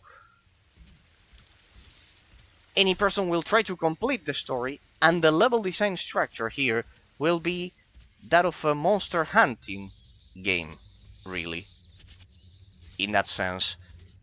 So, so, I'm not saying that games shouldn't be grindy. Parallel World, we can finish this quest here too.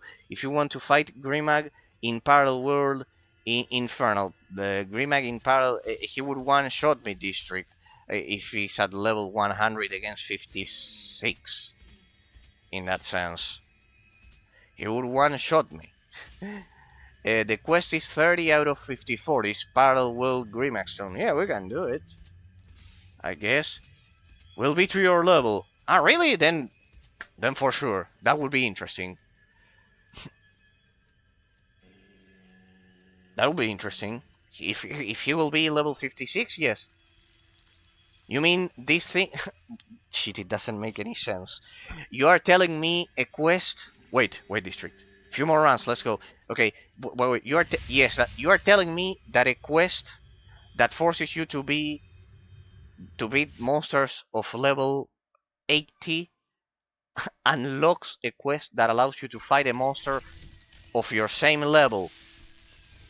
You're yeah, my lord, my lord, my lord. Why? Why on earth? What's the point of that? Honestly, what is the fucking point? You will have to use red essence there. Yeah, I have some. I have some. But if he's level 56, no worries. I can do the boss rush. In that sense that you like so much. We can do it. I carry you to the boss, then I leave. Yeah, like that, like that. I like district. I like district. Um, yeah, I want to fight something of my level for a change. But look at this. In order to fight something of my level, portals, of my level, look at this. Well, not 113, or at least 80. It makes no sense. You see? You see, people? It makes no freaking sense. Monsters are scaled to my level. Yeah, I understand, but they would be 80 at least. Now, yes, but they would be 80 at least otherwise, when I entered alone. When I entered alone, they were level 80. They were level 80 at that point. Yes, they were level 80 at that point, in that sense. They were level 80. They were level 80.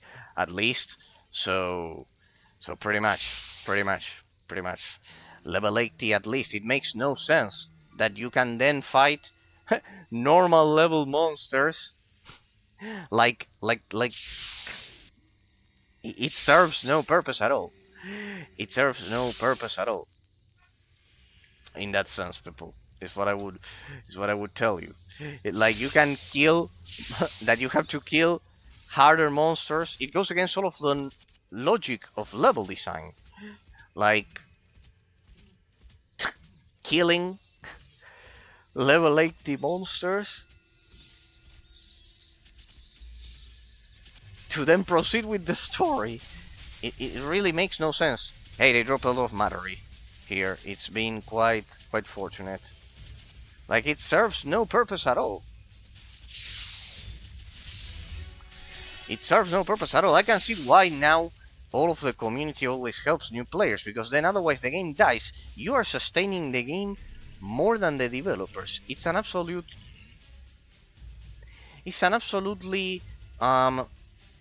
crazy logic. In these dungeons, you fight all bosses, you fight in story, but 99 here, this one. They have different abilities. Okay.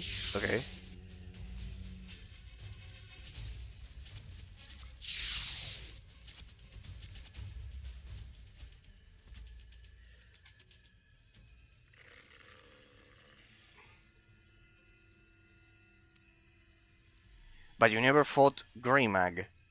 No, so it's good to fight him. To see. Because you need to be on the Grimag server to fight Grimag, and you need to be here to fight Heredur. Or what? Or they are part of the game. It's just that I haven't fought the. No. Okay. Then it's just that it's more advanced in the story. He's just locked in this dungeon. Okay. He's part of this dungeon. And this guy gave the name to the other server. To the one Ambra Place on. I summon. Okay. Anyways, I'm here dealing with the inventory at least. Servers are named based on bosses. Name bosses. Okay, I get it. But you can get them on any single server. Okay. On every single server. I see.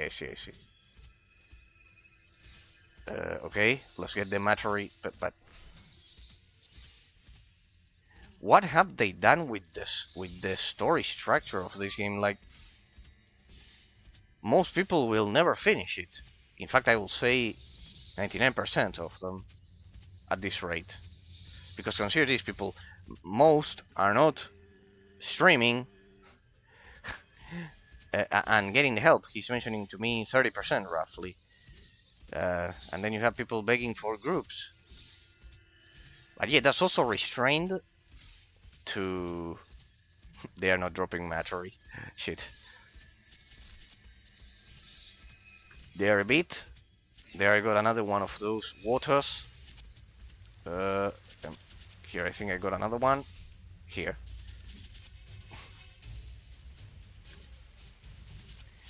So, at this point everyone will tell me, the story is not important. Who cares about the story in this game? Who'd care about it, Eraser? It's just that you are way too much of a noob to understand that the story, that we don't give a shit about the story. Yes, but then that implies that, well, other games do put in the effort to actually have a cohesive story and, develop it. And this one not. So, yeah, bet you see my point. It's discarding a whole element of the tools that a developer can use to make the game addictive.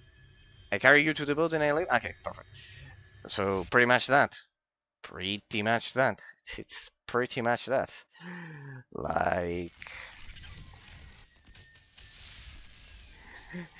You could argue that it's not about the story, but then I could argue back that millions of not millions, I don't know, thousands of isometric action RPG games cover this part of the gameplay mechanics plus the story, so a whole element of it is completely discarded.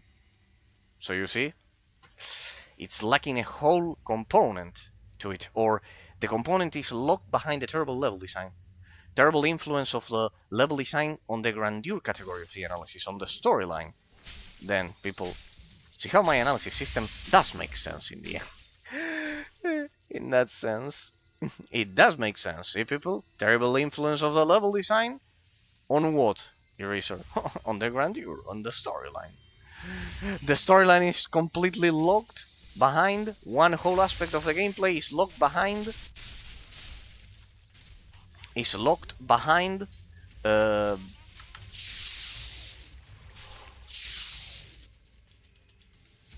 a level design that does not obey the laws of logic.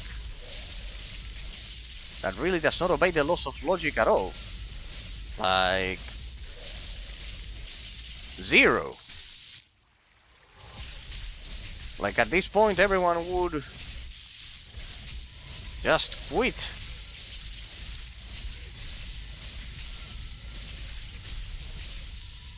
Why didn't that freeze that guy? Look at these people. Look at this. Look at this shit.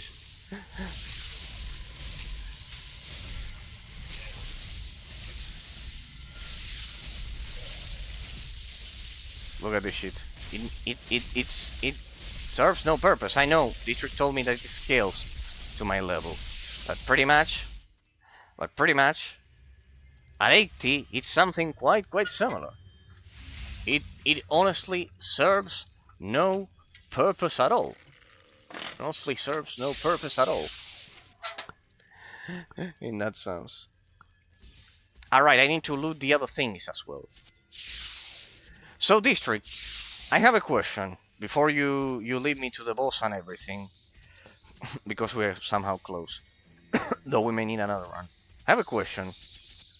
What did you do the first time this happened to you, it doesn't matter if it was level 50, that this wall, psychological wall, happened to you. I asked it to Ambra the other day. I never got boosted. The same happened for him. He spent 4 months dealing with that. I think it was 3 or 4 months. It's in the comments of Tuesday. He spent 4 months learning. You farmed the runes, and how much time? There are runes. Yeah, I looted some of them, but still they don't give you a brutal effect. How much time you spent, if you remember the first time? Just like I asked Ambra, like 1 month as well. So at this point you are locked for 1 month.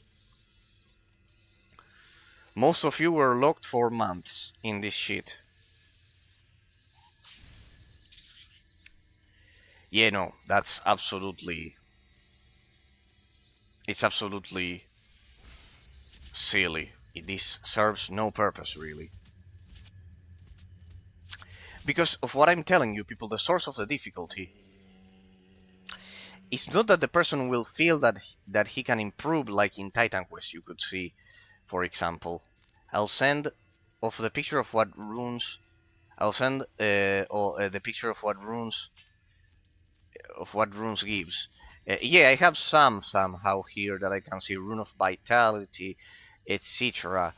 But still, it would have been a challenge even with the runes. It's a jump of 30 levels in that. There's no doubt about it. There's no doubt about it. Here I'm collecting the stuff. So yeah, I see some runes that I have in my inventory, but still they wouldn't make a whole lot of difference. So you had to farm from what? From level 34 to 50. It was something like that, Ambra told me. Like 34, 35 to 50. It was something like that back in the day. So you all spent months dealing with those. Just doing this. Because at this point you're locked. Damn it. You guys needed to try other games to compare the structure in level design quality. You need to play other games. It would have made you quite happy. There we go. I always love... With runes is easy. Look how much stats they give. I have some, but still. I have these ones that I'll show you here as I watch yours. I have things like this, for example. Runes. 10% movement speed. Here, I'll grab them here. 32.5% damage, critical value, all resistance values, 65% extra damage. Yeah, the ones that Ambra told me to probably to craft. The attack speed. Yeah, but until you farm all of this shit, you spent a month, pretty much. Yeah, runes are the key to progress. Yes, well, yeah, I see. Yeah, but it serves no purpose looking the story behind this, just to who knows what to like first do the story and then create this by the we have to reset the dungeon probably, and then give this for the end game. Yes, like it feels like it's inverted. They fucked up the structure of the levels, and this has to do with the Chinese company buying the game, I bet. Like, I cannot imagine any other way to design a level design structure like this. Like, you feel like the story just is locked with a big wall, and really you can just farm. It's not a matter of talent or prowess at all at this point. I mean, I wish Twitch existed 10 years ago, so I would have recommended a lot of people other games so they can compare them. I'm not saying that. Last round. Then next, you can fight a boss. You need to buy the resurrect guards again, because I will get killed. Okay. Okay. No worries.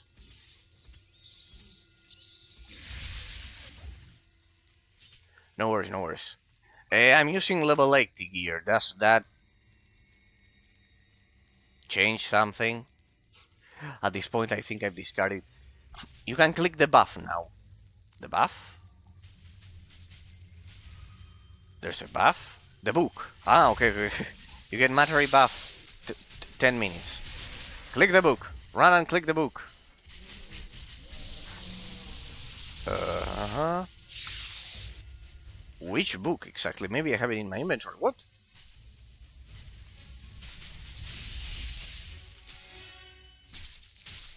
A book?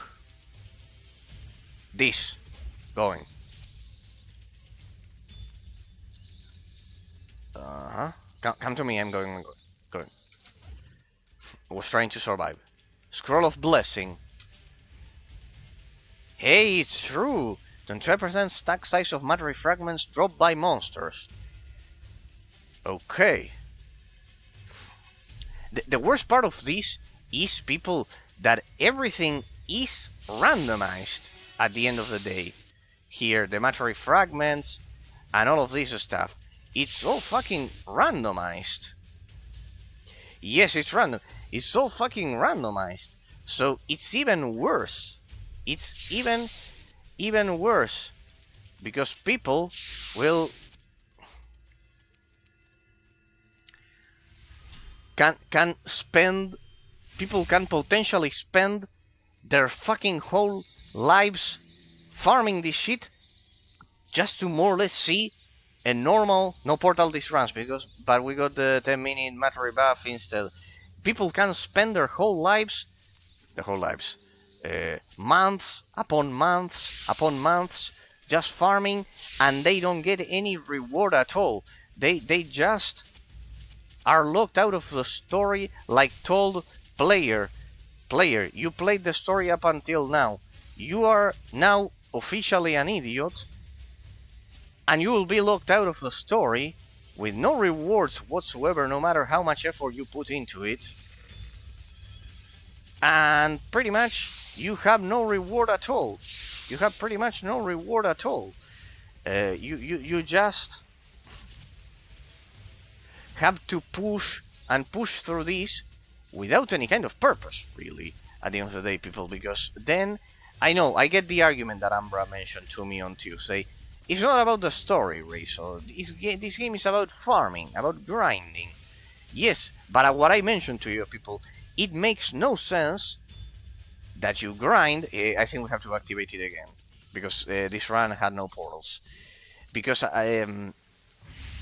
you grind and you grind for a level 80 jump. Run one more run, 51 out of 54. You grind and you grind and you grind, and you feel like the game is not judging you by your APM, situational awareness, and performance at fighting monsters. You feel that in this jump from 55 to 80, you are just being judged by the gear, by the extrinsic system, or by the extrinsic portion of the stat system. I cannot believe this shit. There was a bot that got through the shield. I cannot believe this shit. You are the first. We have Matery buff again. I cannot believe this fucking shit. I cannot believe this fucking shit. Tommy Chopper. I cannot believe this shit. He's the first fucking bot that gets through the shield in more than 7 months. Motherfucker, he used the word followers and in plural. Putrid scam. I cannot believe this shit. But you would be surprised, people, that I have. See that I'm that. See that I don't lie to you, people. Can you imagine how worse this shit would be if I didn't? You know how many words I have blocked for this scam. You know how many? I actually grabbed several lists of public bots to ban them all together. I have more than 500 bots blocked on the channel, and they still create more. This scam, it's unbearable. It interrupted all of my line of reasoning that I was mentioning about my rant about the level design, and this bitch got through the shield, through all of the shields. I cannot believe it. Now I will ban followers in plural as well. See, this is the only thing that they do. Because you must be thinking it was only one eraser. I know what you are thinking. It's only one eraser. You're exaggerating. You're exaggerating. It's only one. You're a paranoid. You're paranoid about them. No, it's only one with more than 500 accounts blocked and more than 50 words blocked. If I didn't have that, it wouldn't be one. It would be a constant stream of things, a constant stream of them constantly. A constant stream of them, one after the other, after the other, after the other. My fucking lord. He got through all of the shields. Complete quest in the map. Sorry, district is the purify the end magic water at the fountain. Is this thingy? That's not a fountain. What? Sprinkle the pile of bodies with purified water. With the purified water. Okay. Sprinkle 1, 2, 3, 4, 5, 6. That should be it. Speak to Zijin Jerik's daughter in the splintered city of Cardhun again when finished. But district, don't abandon me then in terms of after the boss. In terms of where else to go, because I'm already used to it. The game will not tell me where else to go and continue with the story, which I should afterwards, after this shit. In that sense, I don't know if the main story will be able to update or what shit. I just follow this one. Now the city. I should just follow this one, right? I should just follow this one.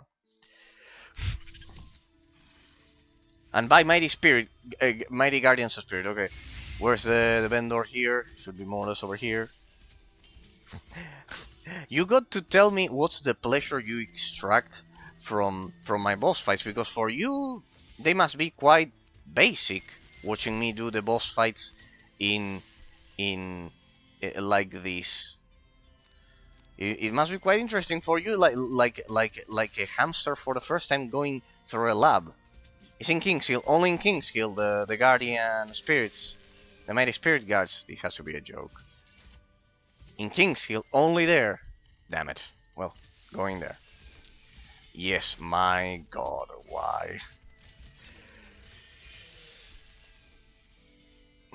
I cannot believe this shit. Why?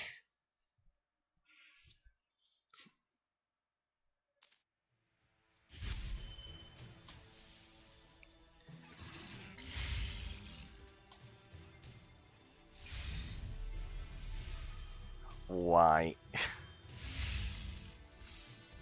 Artifact miscellaneous. No. Here, Mighty Spirit Guard.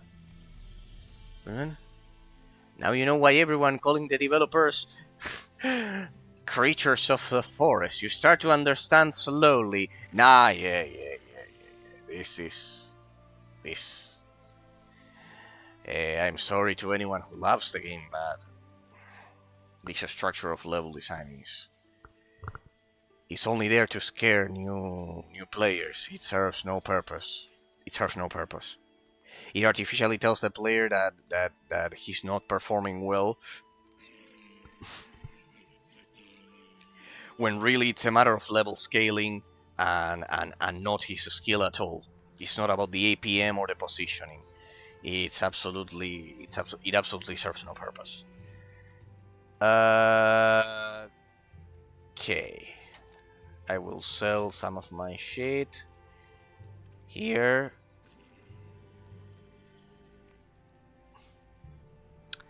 This little pet here gives me 5% health points just for being in my collector's bag. Interesting. So I won't sell it.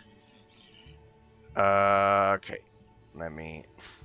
And use the boss pet too. Yeah, the hairdo one. First, let me sell this. Let me sell this so I have a bit of room. Anyways, I cannot use this gear. I will probably never be able to use that gear. Prepare, will be a hard fight. It's part of the word infernal, but well, there's no point in asking you if it will, if I'll be able to at least deal damage, because otherwise it's impossible. Okay, no worries. Hey, it can be worse than the Hades boss fight. Did you watch the Hades boss fight? Will one shot you? Okay, pretty much what I'm used to at this point. At this point, I'm used to.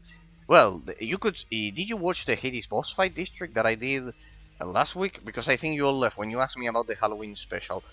That one, that is what should be the principle of it. Nope. Well, watch it. You will see there that a boss fight can be hard without the artificial difficulty that the game may cause to you, to all of us. This Drakensang Online. There you will see another style. I have it as a highlight. If you click the videos tab, it's just 6 minutes, but you will have a reference of perfect experience pacing. There you'll have it. Because I had to do a lot of APM, but it's not like this. It's not artificial. Use that rune. I don't know how to use runes. It gives you HP. I have several of them, but I don't know how to use them. Sockable Trinket. The Mighty Spirit Guards. How many do you want me to buy? 5 or 10? Well, let's buy 5. Should be enough. Then if not, we'll see. Should be enough. 5 is more than enough. 10! Okay. Well, 500, that makes no difference. Let's go with 10. Doesn't matter. Anyways, it tells me you can tell how many I use. You can tell how many I'm using. The runes, but I don't know what purpose they serve. Well, I bet to enhance gear, but how they do so? Socketable. How do I socket them? Let me get to a workbench. I don't know how to explain. Okay, then we do it without it. You don't know how to explain the trick with a workbench. Maybe runes, equipment creation. I don't know. Runes, here. Runes of vitality. To hell with it. I do it with. I have to show. No, don't worry. I do it without runes. Don't you worry. Don't you worry. As long as I deal damage to the boss, I don't care. Socketable. Maybe in a workbench.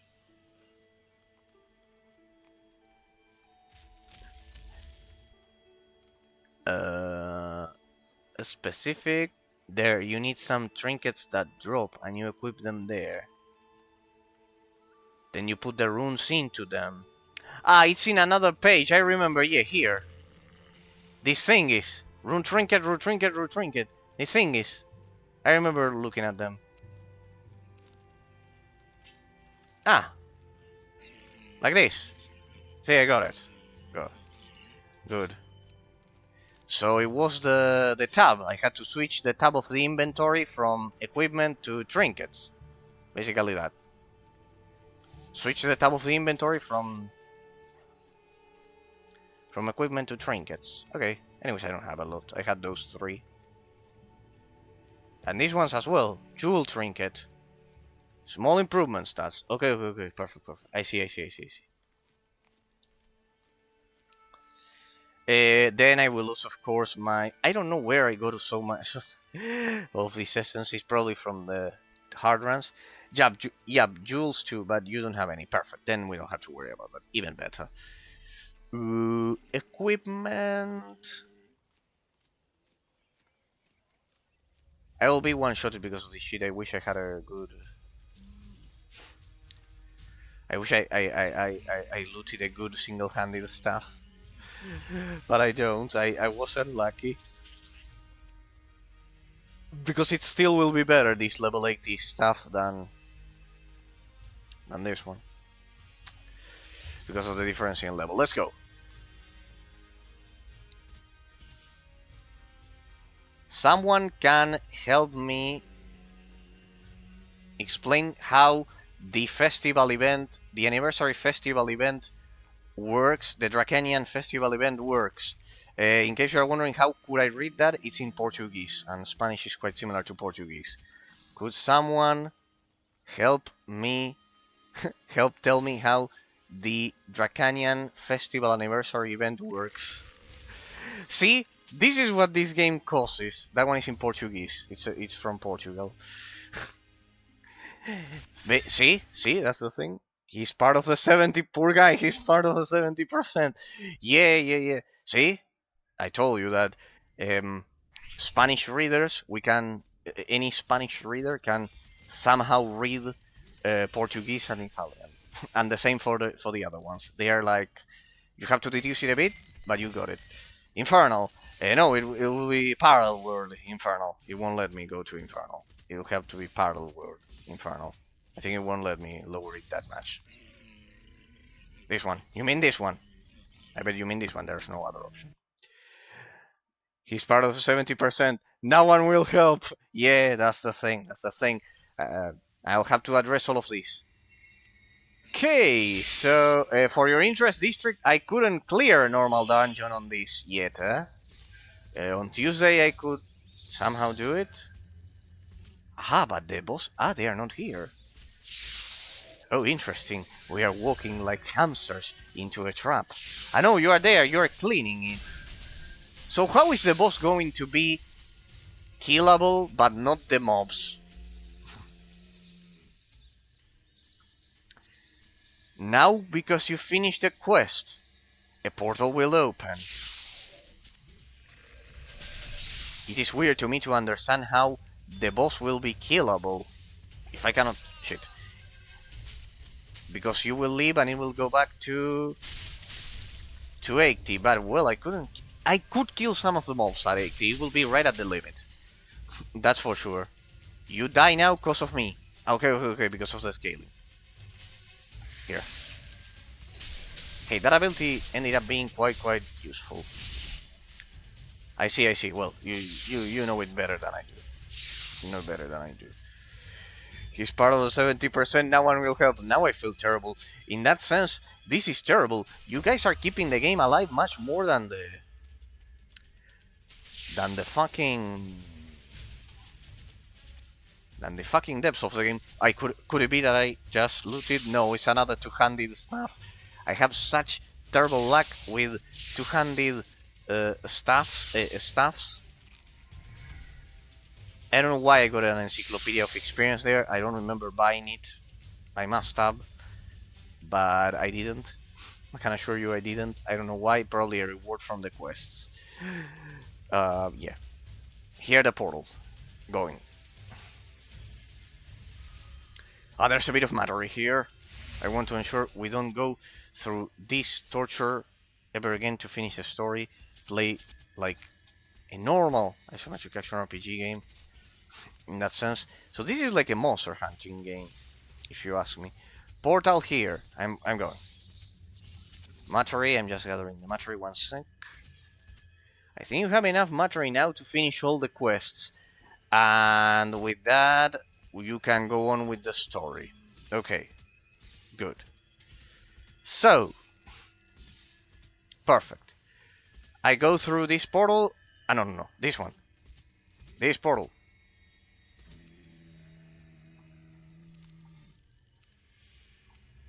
I have to speak to the guy. Wait, you don't finish the quest? You didn't finish? No, it says that I have to, like, complete it. I have to talk to a guy. Or you didn't give him 1500 matery. No, but the one that you want the boss for me to do is this one. I just have to talk to a guy. Could it be? No. It's not the main story quest for the boss. It has to be like this. It's this one. Yeah, that. Perfect. Good. Let me talk to the guy that I never met at all. No, because you told me to grab the spirit guards. That's why I forgot. I need to talk to the one right outside of the dungeon. I know it wasn't a guy. It was a madame. It was a miss here. It's a good thing you were successful in purifying the parallel world Grimason, but now everything you have reported indicates to me that a real evil lies deeper within the parallel world. In the underworld is sending creatures to further destabilize the parallel world. With every material fragment stolen from parallel world of Grimason and the Vulture Brigade, how the creatures are run into oblivion. Retrieve the fragment and continue to Maelstrom, which Amon is attempting to hold stable. Be warned, you may be repeated and notice that pale copies of the real things. Pale copies of the real things. What do they mean by this shit?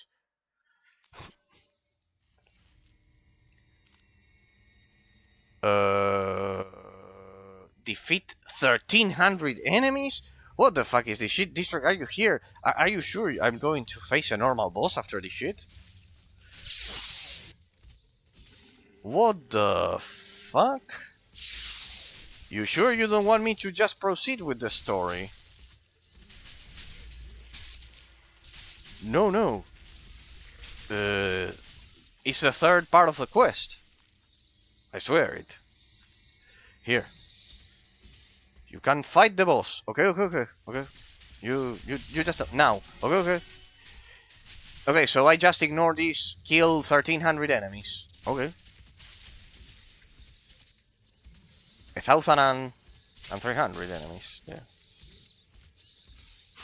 Like it's the last part of the quest, huh? I don't know. Yes, you can ignore the quest now. Ah, perfect. Then we'll just grab the normal story quest. Hey, I survived the blow. Look at that. But don't abandon it. Okay. Don't abandon it. Okay, no, I just leave it there. I just leave it there, like, stay right there. Interesting. So more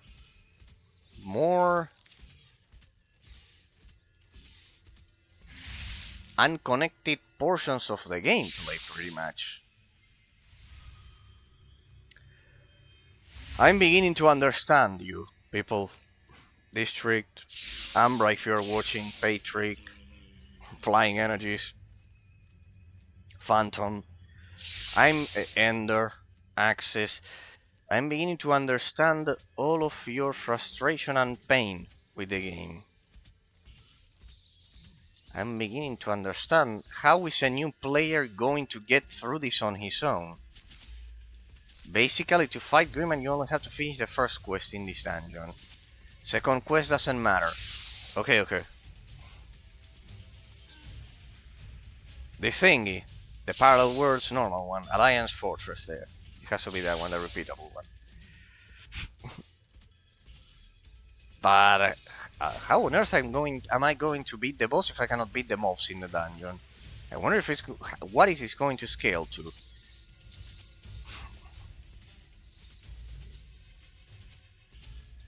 Well, not like every single boss in this game has not one-shotted me for 21 days, people. It's not like that. I've been one-shotted for 20 days.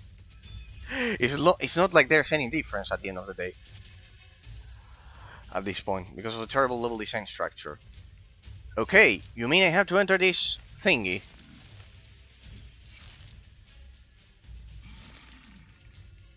I just entered that thingy.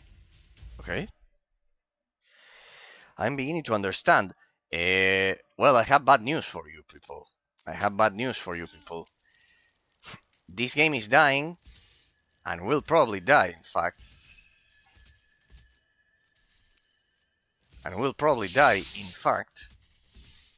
Because of this shit. Like, this level design structure makes no sense. It makes no sense at all.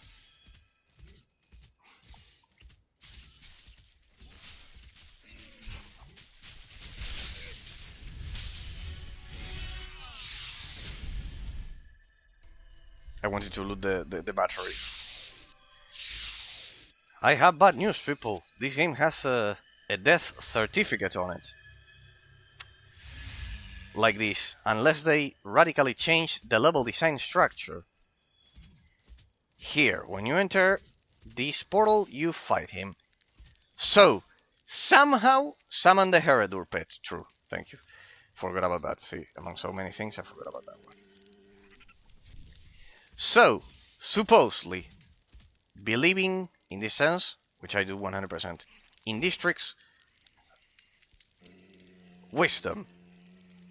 Somehow I'll be able to touch this boss, but not deal with the dungeons. I will not enter, so the boss will scale for you.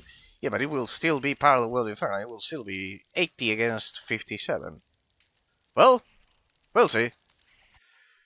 We'll see. Hope you enjoyed this trick. I don't know if I'll be able to kill it, but I hope you enjoyed. I have 1 hour and a half though. Then I can continue with the main story. So, if you can do it, it's okay. Yeah, well, we'll see. We'll see. If I can deal damage and avoid the attacks. Okay. I don't like the map. Let's see what we can do about it, people. 82, nice. 2 level more. He needed 2 levels more. Two more levels, people. Okay, I'll try to focus and see if I can somehow deal the damage to him. He kills the Guardian in 1 blow now. Yes. Well, the attacks for now are avoidable. I need to find a way so the Guardian does not die. This is too hard XD. Let me check if I can avoid the attacks. If I can avoid the attacks, I can deal the damage. I haven't attacked him really yet. I have to make sure he doesn't attack the Guardian. He does attack the Guardian. Yeah, since he will one-shot me, I'll just have to have patience and take my time. And take my time like this. I presume one of those fireballs will kill me. Yes, it's a one-hit kill, as you mentioned. Okay. Join a guild to play collaboratively with other players. Join a guild to fight collaboratively with other players. No, if I focus, it will eventually run out. Play collaboratively. See that it makes no sense. The solution that they proposed to me makes no sense. Imagine that the player is... Okay, I will have to use both of them. I'll have to use this one as well. We'll see. We'll see. Well, at least now the level design structure does make a bit more of sense.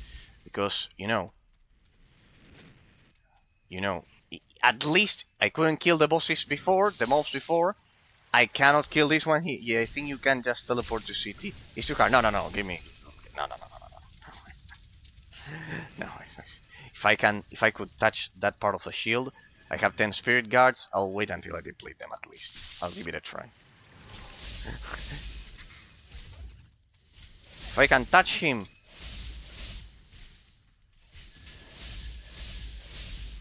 the shield will regenerate. Well, whatever.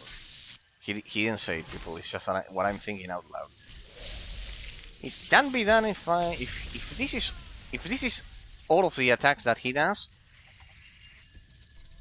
We'll see. At least I'll wait till I deplete my spirit guards.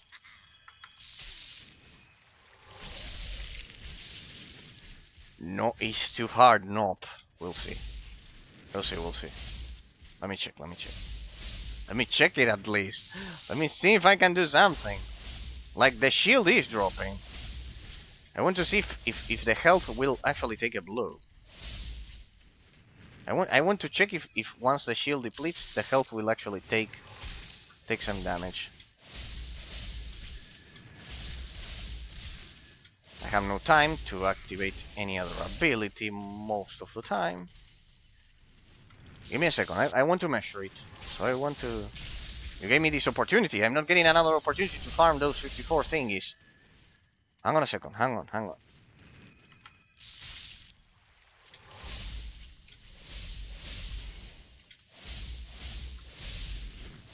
1, 2, 3. 1, 2. I need to wait until he does that. I want to see if I can touch the health. If it actually drops a bit. Hang on, hang on, hang on, hang on. This is interesting. See how flawed level design can be. Alright, I need to summon the Guardian on the other side.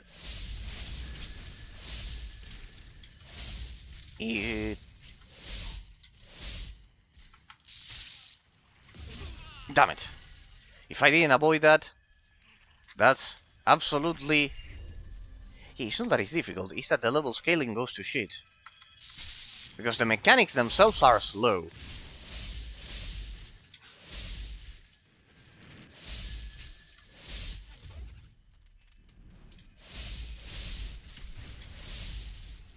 The mechanics themselves are slow. Damn it. Stupid, stop killing my Guardian. Immune.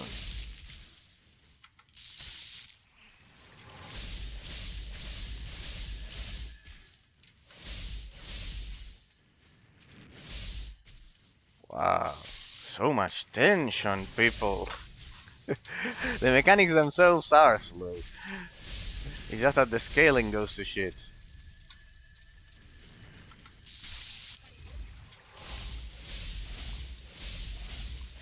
It doesn't even drop health thing as well. Not that they would help me, because that they would kill me in one blow.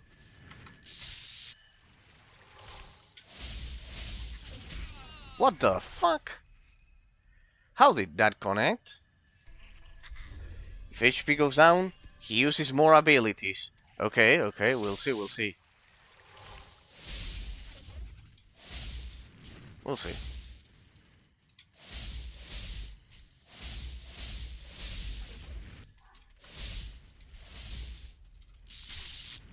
What the? The hitbox is a bit weird as well. Huh? Hitbox there. It like does area of effect damage or some shit like that.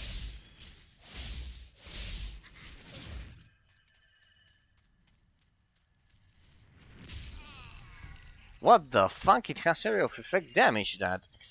I need to be further away. Okay, so I need to take even more distance.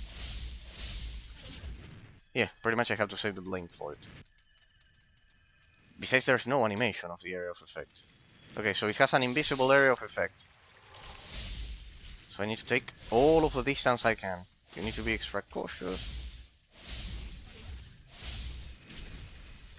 Or maybe it impacts on walls. Some shit like that. Like that. I can barely target that thing. What happens if I stay out of range? I mean, here. Can he kill me here? Yes, he can kill me here as well. Okay, what happens if I just stay out of range? Will the detection range work, actually?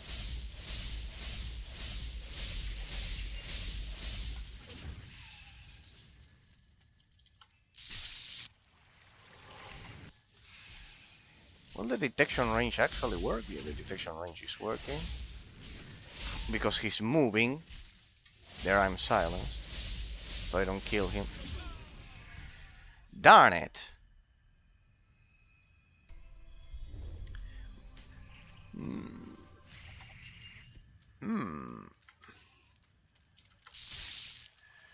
But this trick is not that this is hard, it's just that the level scales to shit. The mechanics themselves are slow. It's that the level scales to shit. I mean, I'm beginning to wonder if even when the shield drops... Yeah, like, I'm beginning to understand all of your pain when... This game, I'm sorry to tell you, if it hasn't died already in terms of population, it's close. It's inevitable fate, because at this point, I don't know what could anyone do to fix the level progression. No, but I'm dealing the damage. It's dead! Flying energies! It's dead! It's dead like this. Can I freeze him? I can freeze him. And he kills me, of course. Like... What? Like, this level design structure is impossible to save. It doesn't have to do with the skill of the player. It's impossible to save. Like, at this point you have an artificial wall of difficulty that doesn't have to do that blocks any new player from getting to it. Yeah, just continue the story. It's hard. No, I will deplete the 10 Mighty Spirit Guards.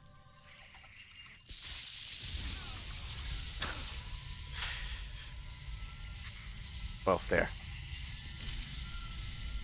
What the fuck? You are out of them already. Yeah, I see. I see. I want to. It's absolutely. You use Underman. Yeah, I see. I want to see if I can freeze this shit. No. It's not a matter of difficulty. This is not a matter of difficulty, people. This is you could see that the mechanics are slow. That's why Drakensang Online got 3k active players and 2.5k of them are bots. God damn it. No, well, sorry I couldn't kill it district, but yeah, it's not a matter of ability. It's here. I'll show you because you weren't there. I will show you how difficulty is meant to be in any isometric action RPG game, because at this point this boss would actually die easily at level 80. You begin to see the problem. The source of the difficulty is terribly artificial. It's terribly artificial, and it blocks you from the main story. And here, I will show you 20 levels below it. For those of you who want to watch it, you watch it. For those of you who don't, no worries at all. But I will show you what we did last week, precisely. How you can have a hard boss fight without shitty level scaling. It's just 6 minutes of your life, and it will give you the idea as to why I say it's important to play several games